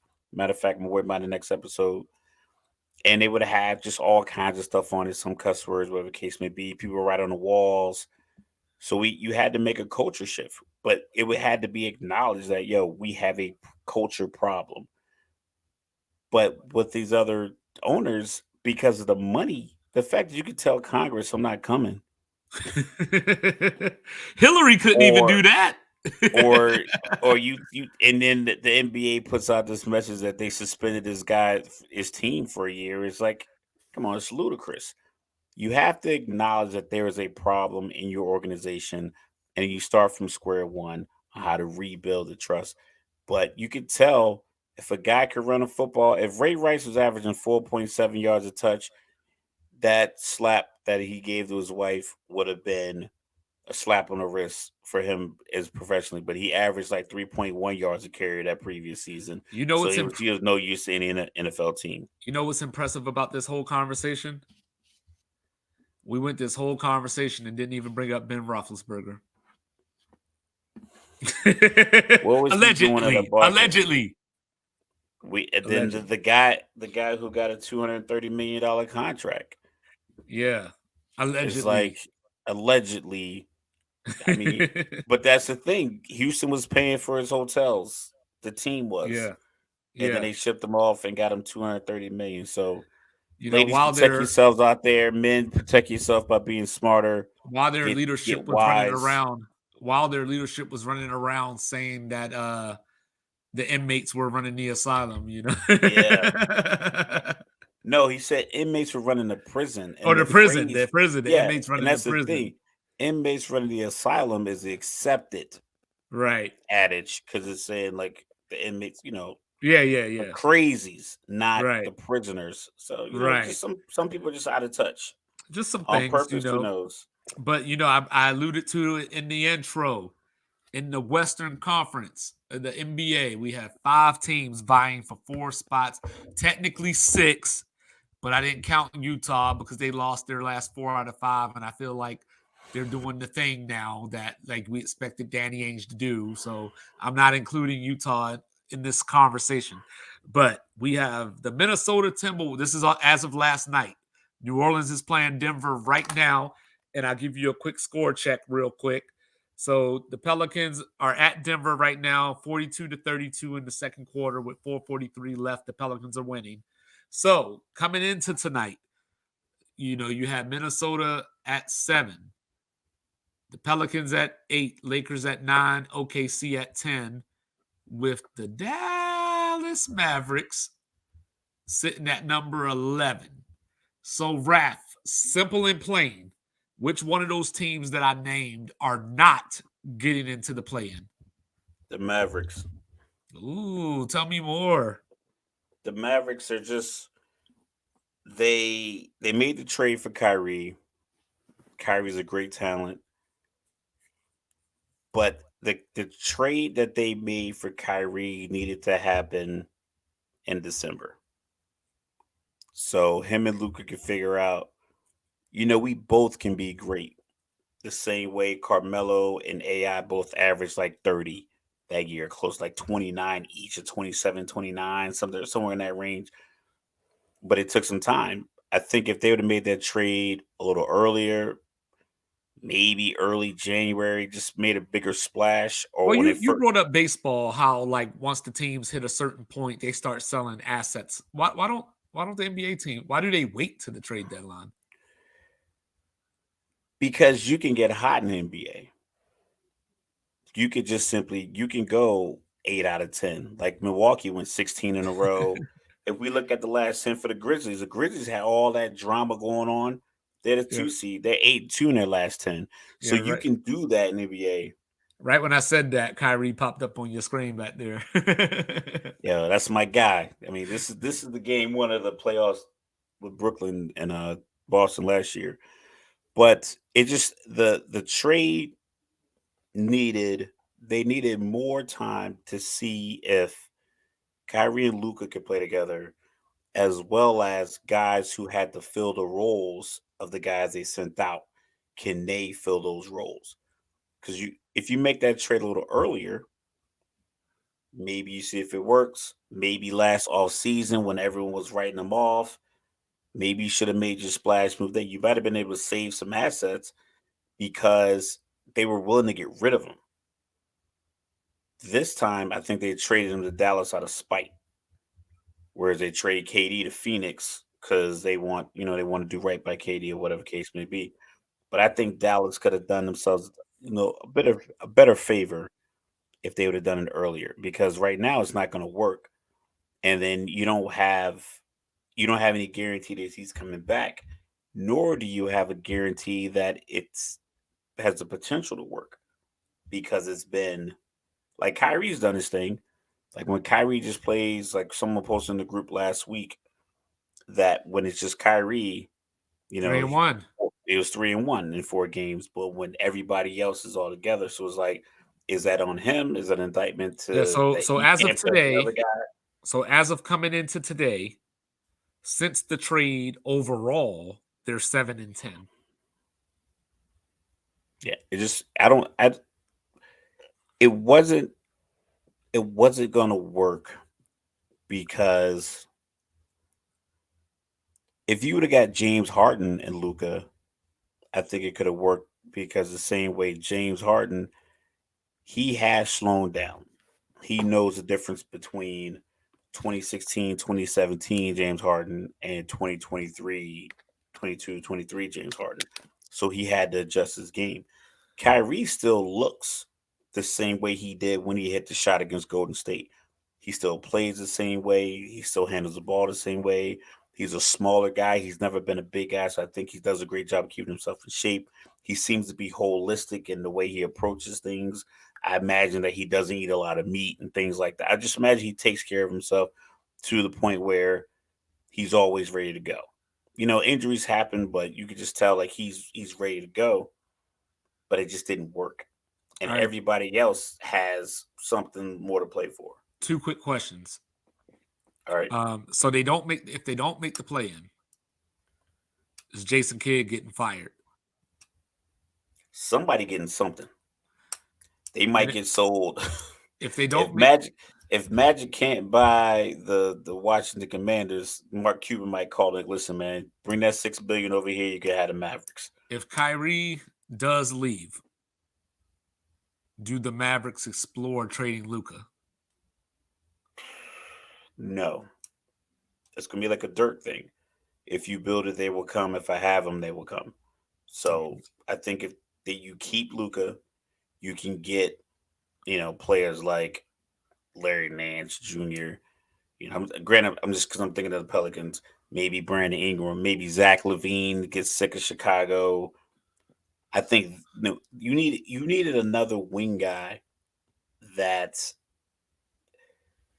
meshed better with Luca. And I think he would have done better with a bigger wing guy versus a smaller guy who uses the ball to get to the hoop the way that Kyrie does.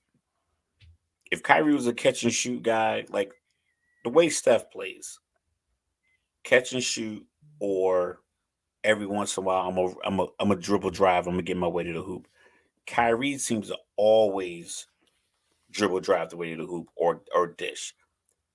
And if he does feel like shooting off the catch and shoot, but I don't think that's like I don't think that it's operated that way. I don't think they run sets for him to do that. Whereas Golden State, I think they do that every once in a while. So when I was looking at this, I tried to explore, each team and try to find my eliminators or my positives. So just going in order.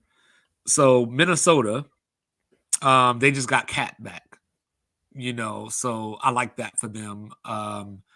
They're going to run into issues in the playoffs because they're going to have to try to figure out the rotation between Cat, Gobert, and Reed, because I'm not sold necessarily that Cat and Gobert go together.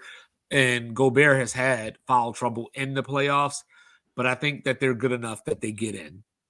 At 7, New Orleans, that's where I got stuck because I was looking at their schedule. And of course, they're at Denver tonight, so they're winning right now. You know what I mean? They're at Denver. And then they come home. So that's the good news. The good news is that they're at home. The bad news is they get the Clippers, Kings, and Grizzlies back to back to back. They get the Knicks, but Julius Randle is out. And then they finish the season at Minnesota. So I would feel differently if some of these teams were solidified within their spot.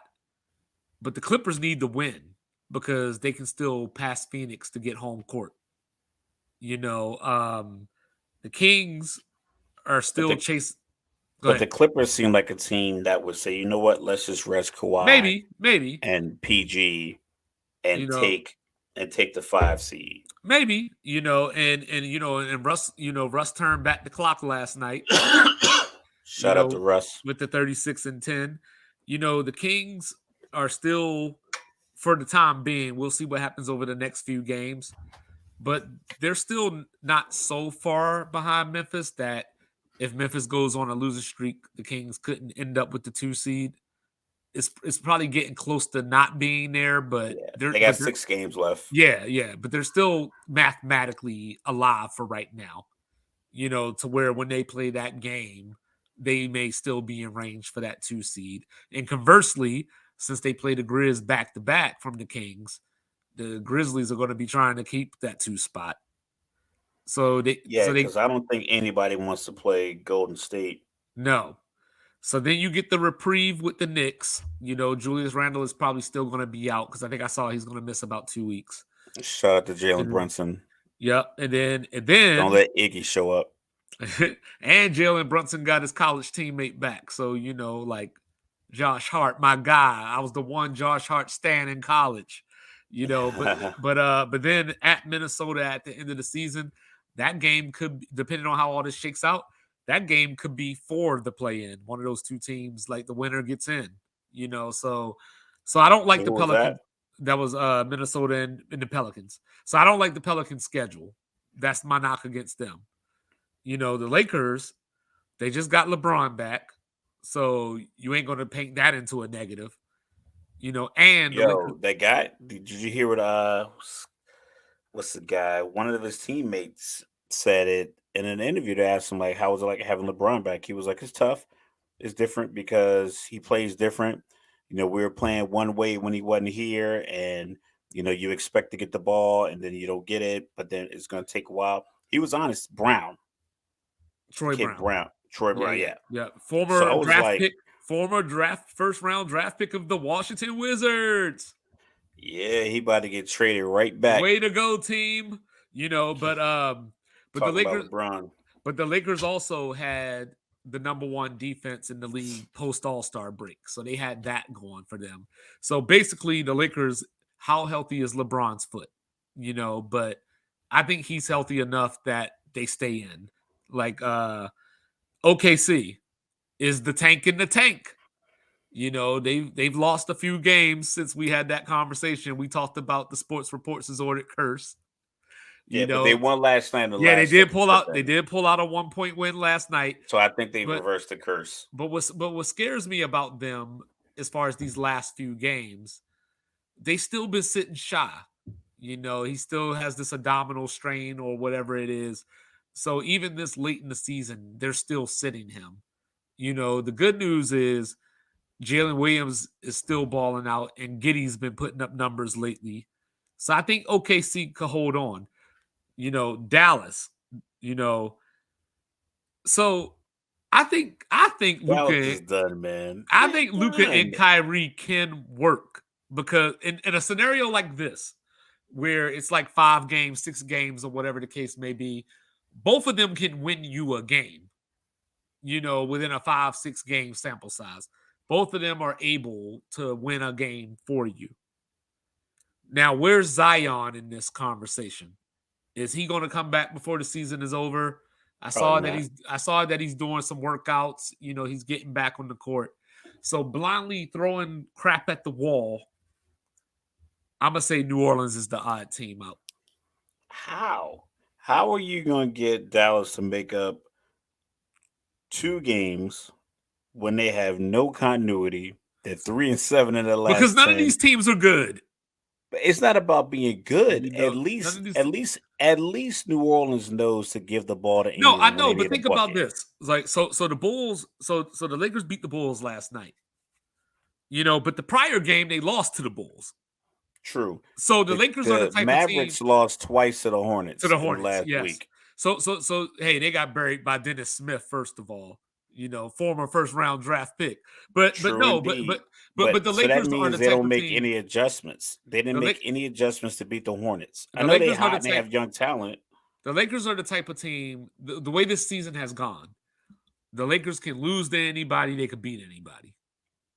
So they're like the ultimate wild card.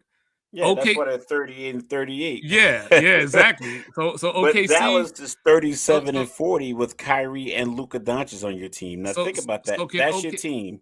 Well, Luca That's missed your some team. games too. Yeah, Luca but they missed some played games too. yeah, he You, missed some games, but they weren't that hot before. that's true. That's Before true. so it's like there's no continuity with Dallas. Well, It's OKC just OKC is is the tank young and in they the don't know tank. any better. No, they You go. know, I think they're gonna be in by virtue of the fact that Dallas is just gonna fall out.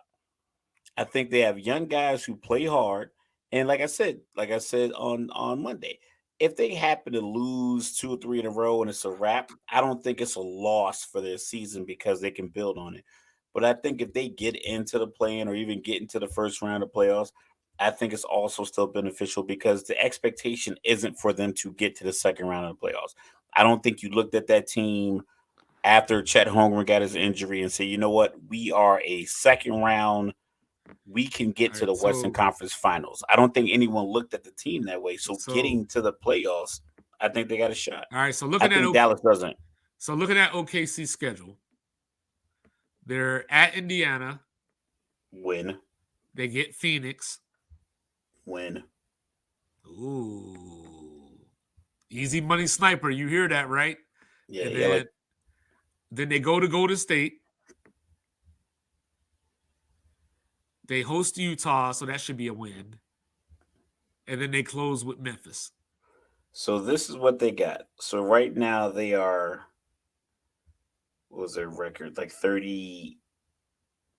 So let me pull it up real quick so I get the math All right. right, Right while you now, I got 38 and 39 for the Thunder. So that's they're carry the game up two. on Dallas. That's 77 games that they played. So they got 5 left. Yep. They got Yeah. They got Indiana. I think Indiana, I think that's a win. Phoenix, Golden Phoenix State, Sunday at home. Golden State on the Utah, road. Utah, the and Grizzlies. then the Grizzlies. So the The Grizzlies might be Grizzlies, clinched by then. they're clinched. So you're playing backups. The Jazz are done. You're playing backups. You're playing THT. He dropped 41 other night, but they're done. But see, So that should be 2 wins. I like Dallas' schedule too because they. But Dallas, you would have liked their schedule with the 2 games versus the You, Hornets. that's But true. that's the thing. But There's no continuity. they go to There's Miami. They go to Miami. They come home for they go to Atlanta. Atlanta. Then they host Sacramento, who's probably going to be locked into their spot by then. Okay. They play the Bulls at home, and then they close with the Spurs at home. Okay. They got to go 5-0. I think 4-1 can get it done because I got OKC losing to Phoenix and Golden State.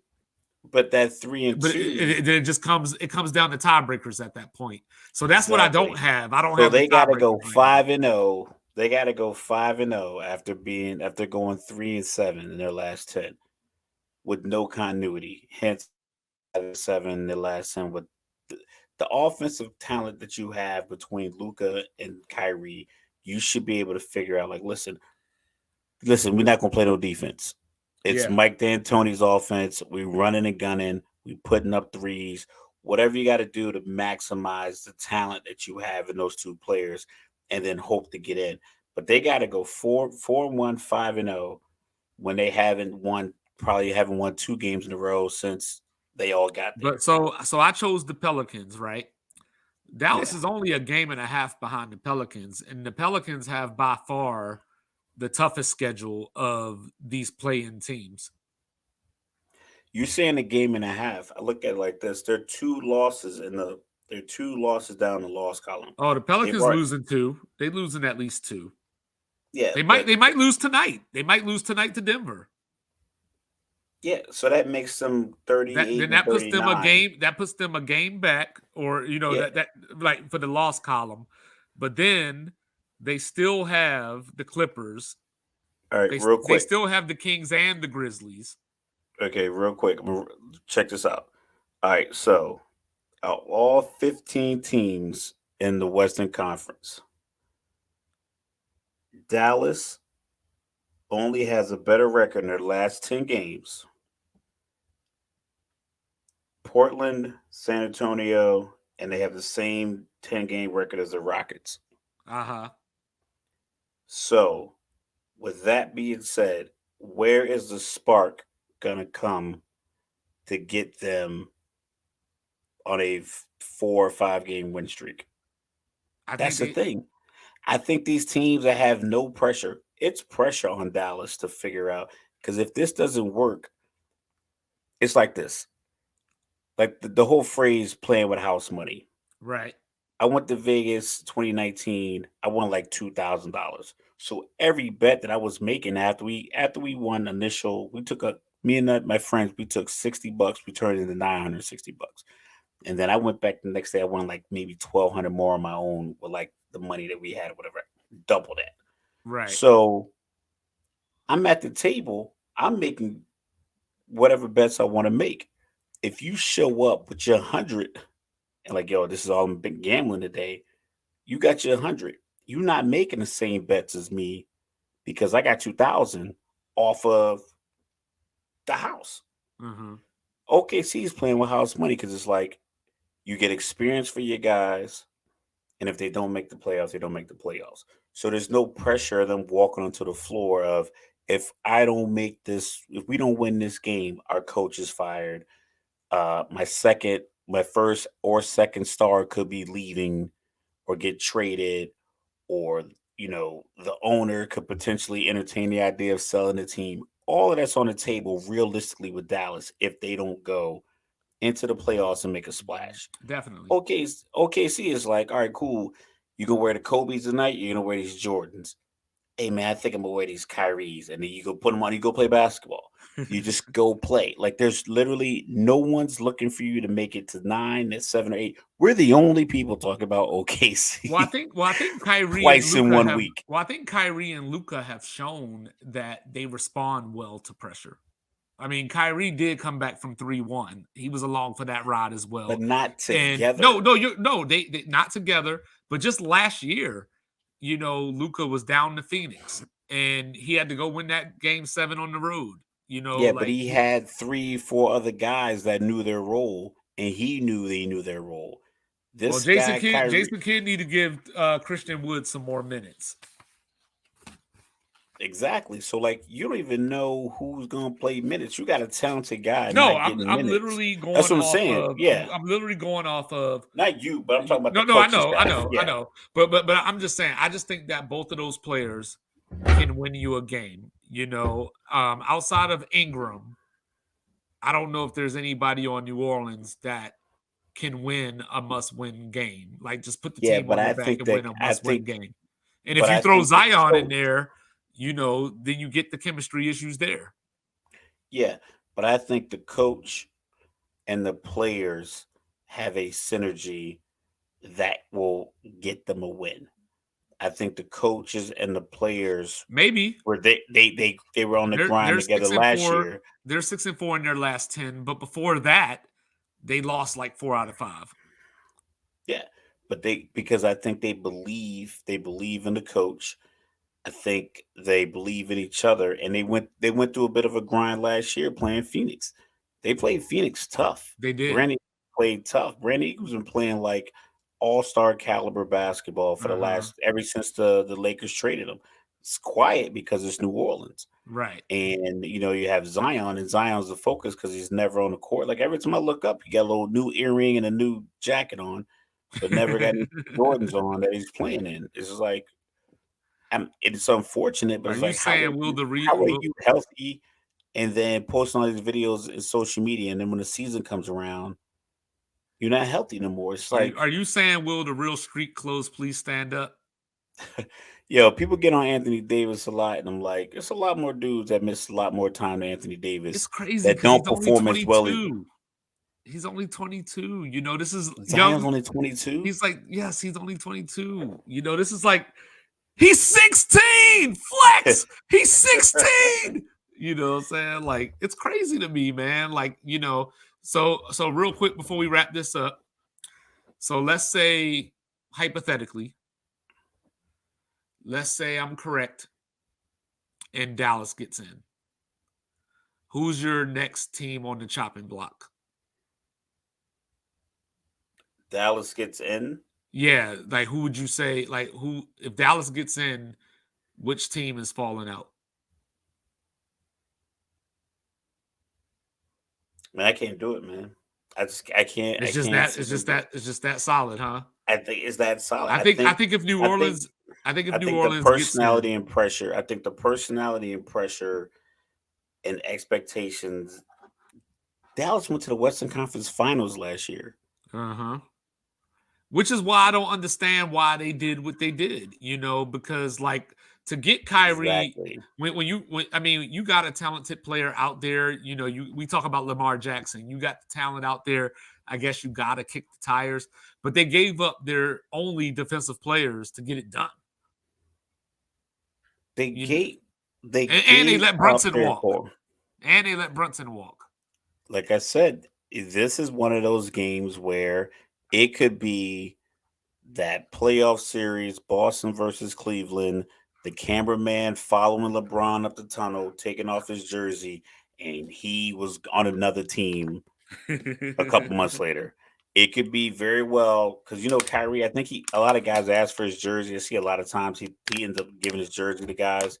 This could be a situation when after their 82 games are done, and Kyrie's walking up the tunnel because they're not in the play-in, and he takes that jersey off, that all the people who ran out and bought number 2 Kyrie Dallas jersey is gonna be like, well, at least the jersey quality is good because he'll be in a different one next season. No, I can definitely see that. I'm just putting stock in that. I think like I said, I think both of those players can win you a game. So that's literally the basis of, why I'm picking Dallas or I'm sorry, why I'm saying that Dallas is going to get in because Yeah, both you're of hopeful. those. I get it, man. Yeah, I love yeah, your yeah. I optimism. mean, I love yeah, I it love the is. optimism. Yeah, for sure, for sure, for sure. And people say that I can't be positive, you know. That's why we but call them 2-5, ladies and gentlemen. but real quick, before we get into get it off my chest, I just want to update y'all, real quick, because I know y'all care. We're talking about the Pelicans, right now. So right now, let's get the score check going. So the Pelicans right now are up 50-40 at halftime on Denver. Denver cut it to 6, but the Pelicans opened it back up right before half. And then for those of you that care about the NIT championship game, UAB has come back from 8 down to take a 47-45 lead with about 11 minutes left in the game. So, I guess I'll start to get it off my chest, So, when we first started get off my chest, it was like I was negative all the time. I had all the rage in me. The madness is here, And then, I got positive for a minute, So I guess y'all thought I was getting soft, So I had my Just because you letter. thought he was getting soft. I had my letter for Ja Morant, a couple of episodes ago, and I was talking about the Final Four. So I'm starting to lean back into the rage again. So this time, simple. Joel Embiid. Either shit or get off the pot. you can't in one breath say that you don't care about the MVP and how, it's not a big deal to you to win the MVP. And then in the next sentence, you know, these analytics are making people look good on defense when the eye test says they're not good on defense. Sports Reports is ordered, got you covered. We told you that Jokic is not a defender. You don't even need to stoop to that level to say that. But if you are going to say it, don't go Jay-Z, Nas, Cold War. Just come out and say, yo, I'm a better defender than Jokic. I'm a better rebounder than Jokic. I'm more unstoppable than Jokic. The only thing that Jokic has over me is assists because Jamal Murray ain't a true point guard and he has to. Say that. Lean into it and be the villain. Don't come out here with this talking both out of both sides of your mouth saying, I don't care about the MVP, but he can't be the MVP. And then I was hearing about how he told Jason Tatum, hey, don't focus on the MVP. Just do the right things and all that other stuff will come. You mean Jason Tatum that played in the finals last year? Yeah, he's made it up there. How about you get to the finals before you start thinking you a sage? That's first and foremost. Get to a conference finals because you had a chance to go to a conference finals, and people like Raph will tell us Ben Simmons is the reason that you didn't get to the conference finals, whereas 2-5 is going to say, I seem to remember you going 1 for 13 or something like that the game before that. So, just saying, remember they asked Kobe about Sacramento. Nobody told them to miss all them free throws and to go like 0 for whatever. Nobody told you to go 1 for 13 against the Atlanta Hawks. Exactly. So look, you either want MVP or you don't. We saw you dominate Jokic. Raph even used it in his argument of why Embiid was the MVP. Eloquently. We saw you dominate Jokic. We know what's up. But why you ain't playing Denver since 2019? You had a chance this week to end it.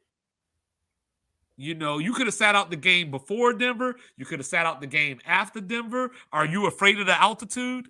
I know you can't be afraid of Jokic because I saw you dominate him. Are you afraid of the altitude? So, you've missed 15 games now.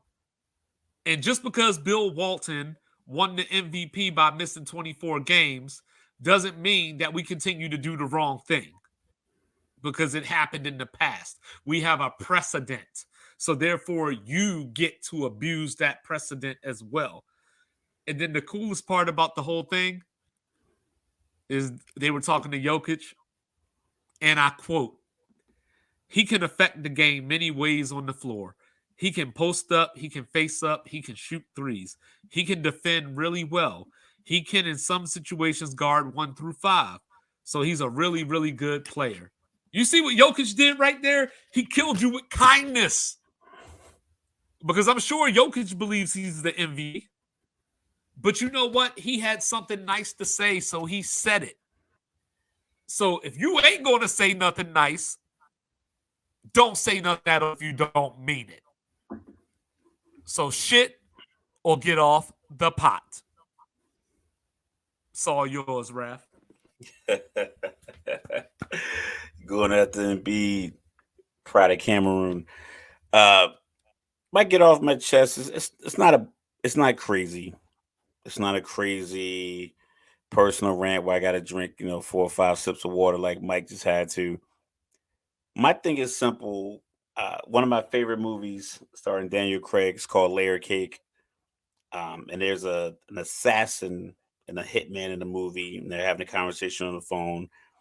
Daniel Craig's character is giving a runaround, and he said, "Don't piss in my pocket and tell me it's raining."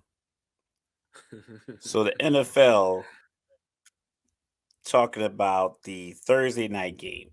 Last year, we all remember that it wasn't good football, quote unquote. The matchups weren't great. I think they were expecting certain teams to be better, and they put these matchups out there on Thursday. They thought the Matt Ryan new team quarterback of the Colts, and then Russell Wilson, new quarterback with the Broncos, was going to be, a highlighted game. It wasn't. It wasn't good. A lot of the games were pretty poor. But what else you expecting when guys play on Sunday? They have to pack up, leave town, or whatever the case may be, and play another game Thursday night. And then you have commissioners saying stuff like, "There's no data that says a guy teams playing on 3 days rest have more injuries, but people like the 10 days off afterwards so they can recover." I'm like, so you mean to tell me there's no data that says 3 days rest is bad for them, but there's enough data to say that the 10 days off is obviously good? Obviously, the 3 days on, because most of these guys, you go game Sunday, you're off Monday, Tuesday, Wednesday, you come in for treatment, and then treatment, practice, Thursday, treatment, practice, film, treatment, practice, film, walk through, game on Sunday. So we've all, I don't know if anyone's seen this video of Jerome Bettis getting out of bed, walking down the stairs in his house on a Monday morning, and then the fact that he could turn around on Sunday and play, but it took him all week. Ben Roethlisberger didn't practice the last season, and the last season he played before he retired, he didn't practice. It was like, just go study film, Ben, because your body's hurting so bad. So they're going to be flexing schedules to try to make the most optimal lineup that's you think is going to work. Yeah, you might think that Kansas City versus the Chargers might be a great game on Thursday night, but we can't have that every week. You can't have Bills versus Jets because it's Aaron Rodgers potentially and Josh Allen on Thursday, because you need a game for Sunday night. So even if you move a game from Sunday to Thursday, or you flex another game out, if I'm buying a ticket, Mike, the Commanders play the Falcons on Thursday night sometime in October. Hey man, come out. I'm coming out to see my family for graduation or birthdays, whatever the case may be. Quinceañeras, whatever it is, I'm gonna be in town. Let's get some tickets to go to the game. We want to go to the game. Like, nah, we don't think the Commanders versus the Falcons gonna be exciting, so we're gonna flex that game. They're gonna now play on Sunday. We're gonna move another game to Thursday. Now, what I'm gonna do with these tickets? You flew out here for the game. And people, they act like, oh, just all is only hometown fans. People make plans and arrangements to buy these tickets. If you want good tickets, you're spending $200. So instead of figuring out a way to move around to captivate the audience, how about you respect the fact that people are the audience in the stadium and they bought tickets? They bought tickets for a 7 o'clock game on a Thursday, and I don't care if Jeff Bezos is mad that he can't buy the Washington Commanders, or I don't care if he's mad that the ratings weren't great. It's NFL football. It's a year round sport. He'll make his money up in other places. It's not like he's going to lose money. People aren't going to stop watching. My Amazon Prime is popping every single Thursday. Hell, we might even do some live streams of the game. We don't care if the game's terrible or not. We're going to watch the game. Don't ruin it for the people who bought tickets, who showed up, who flew into town, best friends, people haven't seen each other forever, fathers and sons, fathers and daughters, girlfriends, whatever the case may be, whatever the relationship is. People, I bought these tickets to show up to this game, and you want to flex it because you think Kansas City versus Buffalo on Thursday might be better than Washington versus the Jets. So you already get enough money. Stop being greedy. That's what I got. Player safety. You know what I'm Piss in saying? my pocket and tell me it's raining. So they don't care about women or their players. Not at all. People need to like if we have real honest conversations, you can tell that.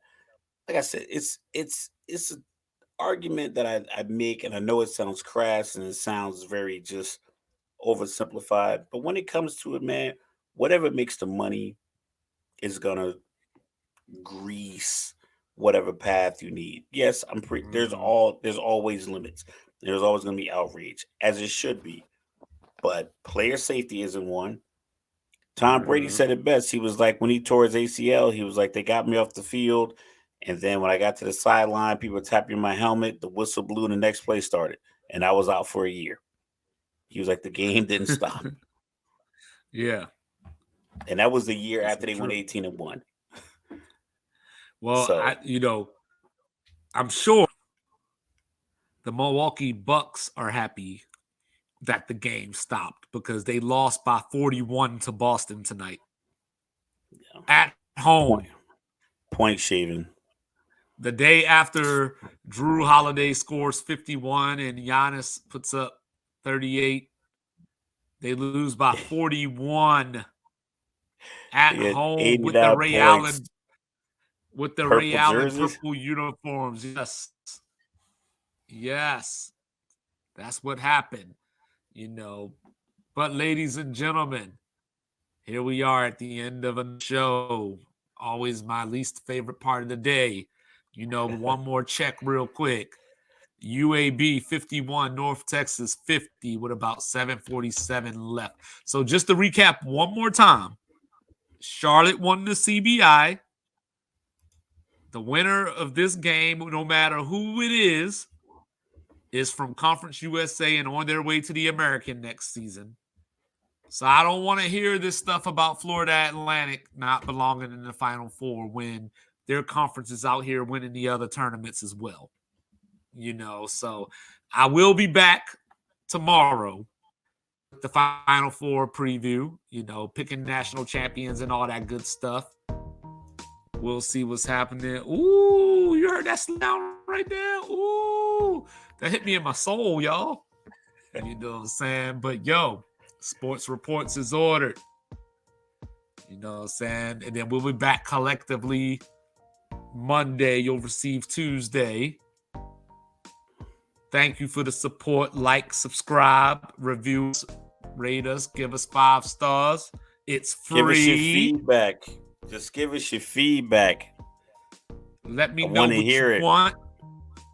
Find me on Twitter. Feel my wrath. Instagram. Sports Reports is ordered. Just follow us. Yes, sir. Email us. We're on 24/7. One of these days, I might even give you my phone number. You know what I'm saying? Whoa. Calm down. Just hit me Calm down. I mean, don't Tim Tebow me though. We'll get a Google phone number. We'll get a Google phone number. You know what I'm saying? Don't Tim Tebow me though. Like, you know what I'm saying? But we be back. Hope you enjoyed the show. Thanks for the support. You know what I'm saying? Love you, America. And we out. Yes.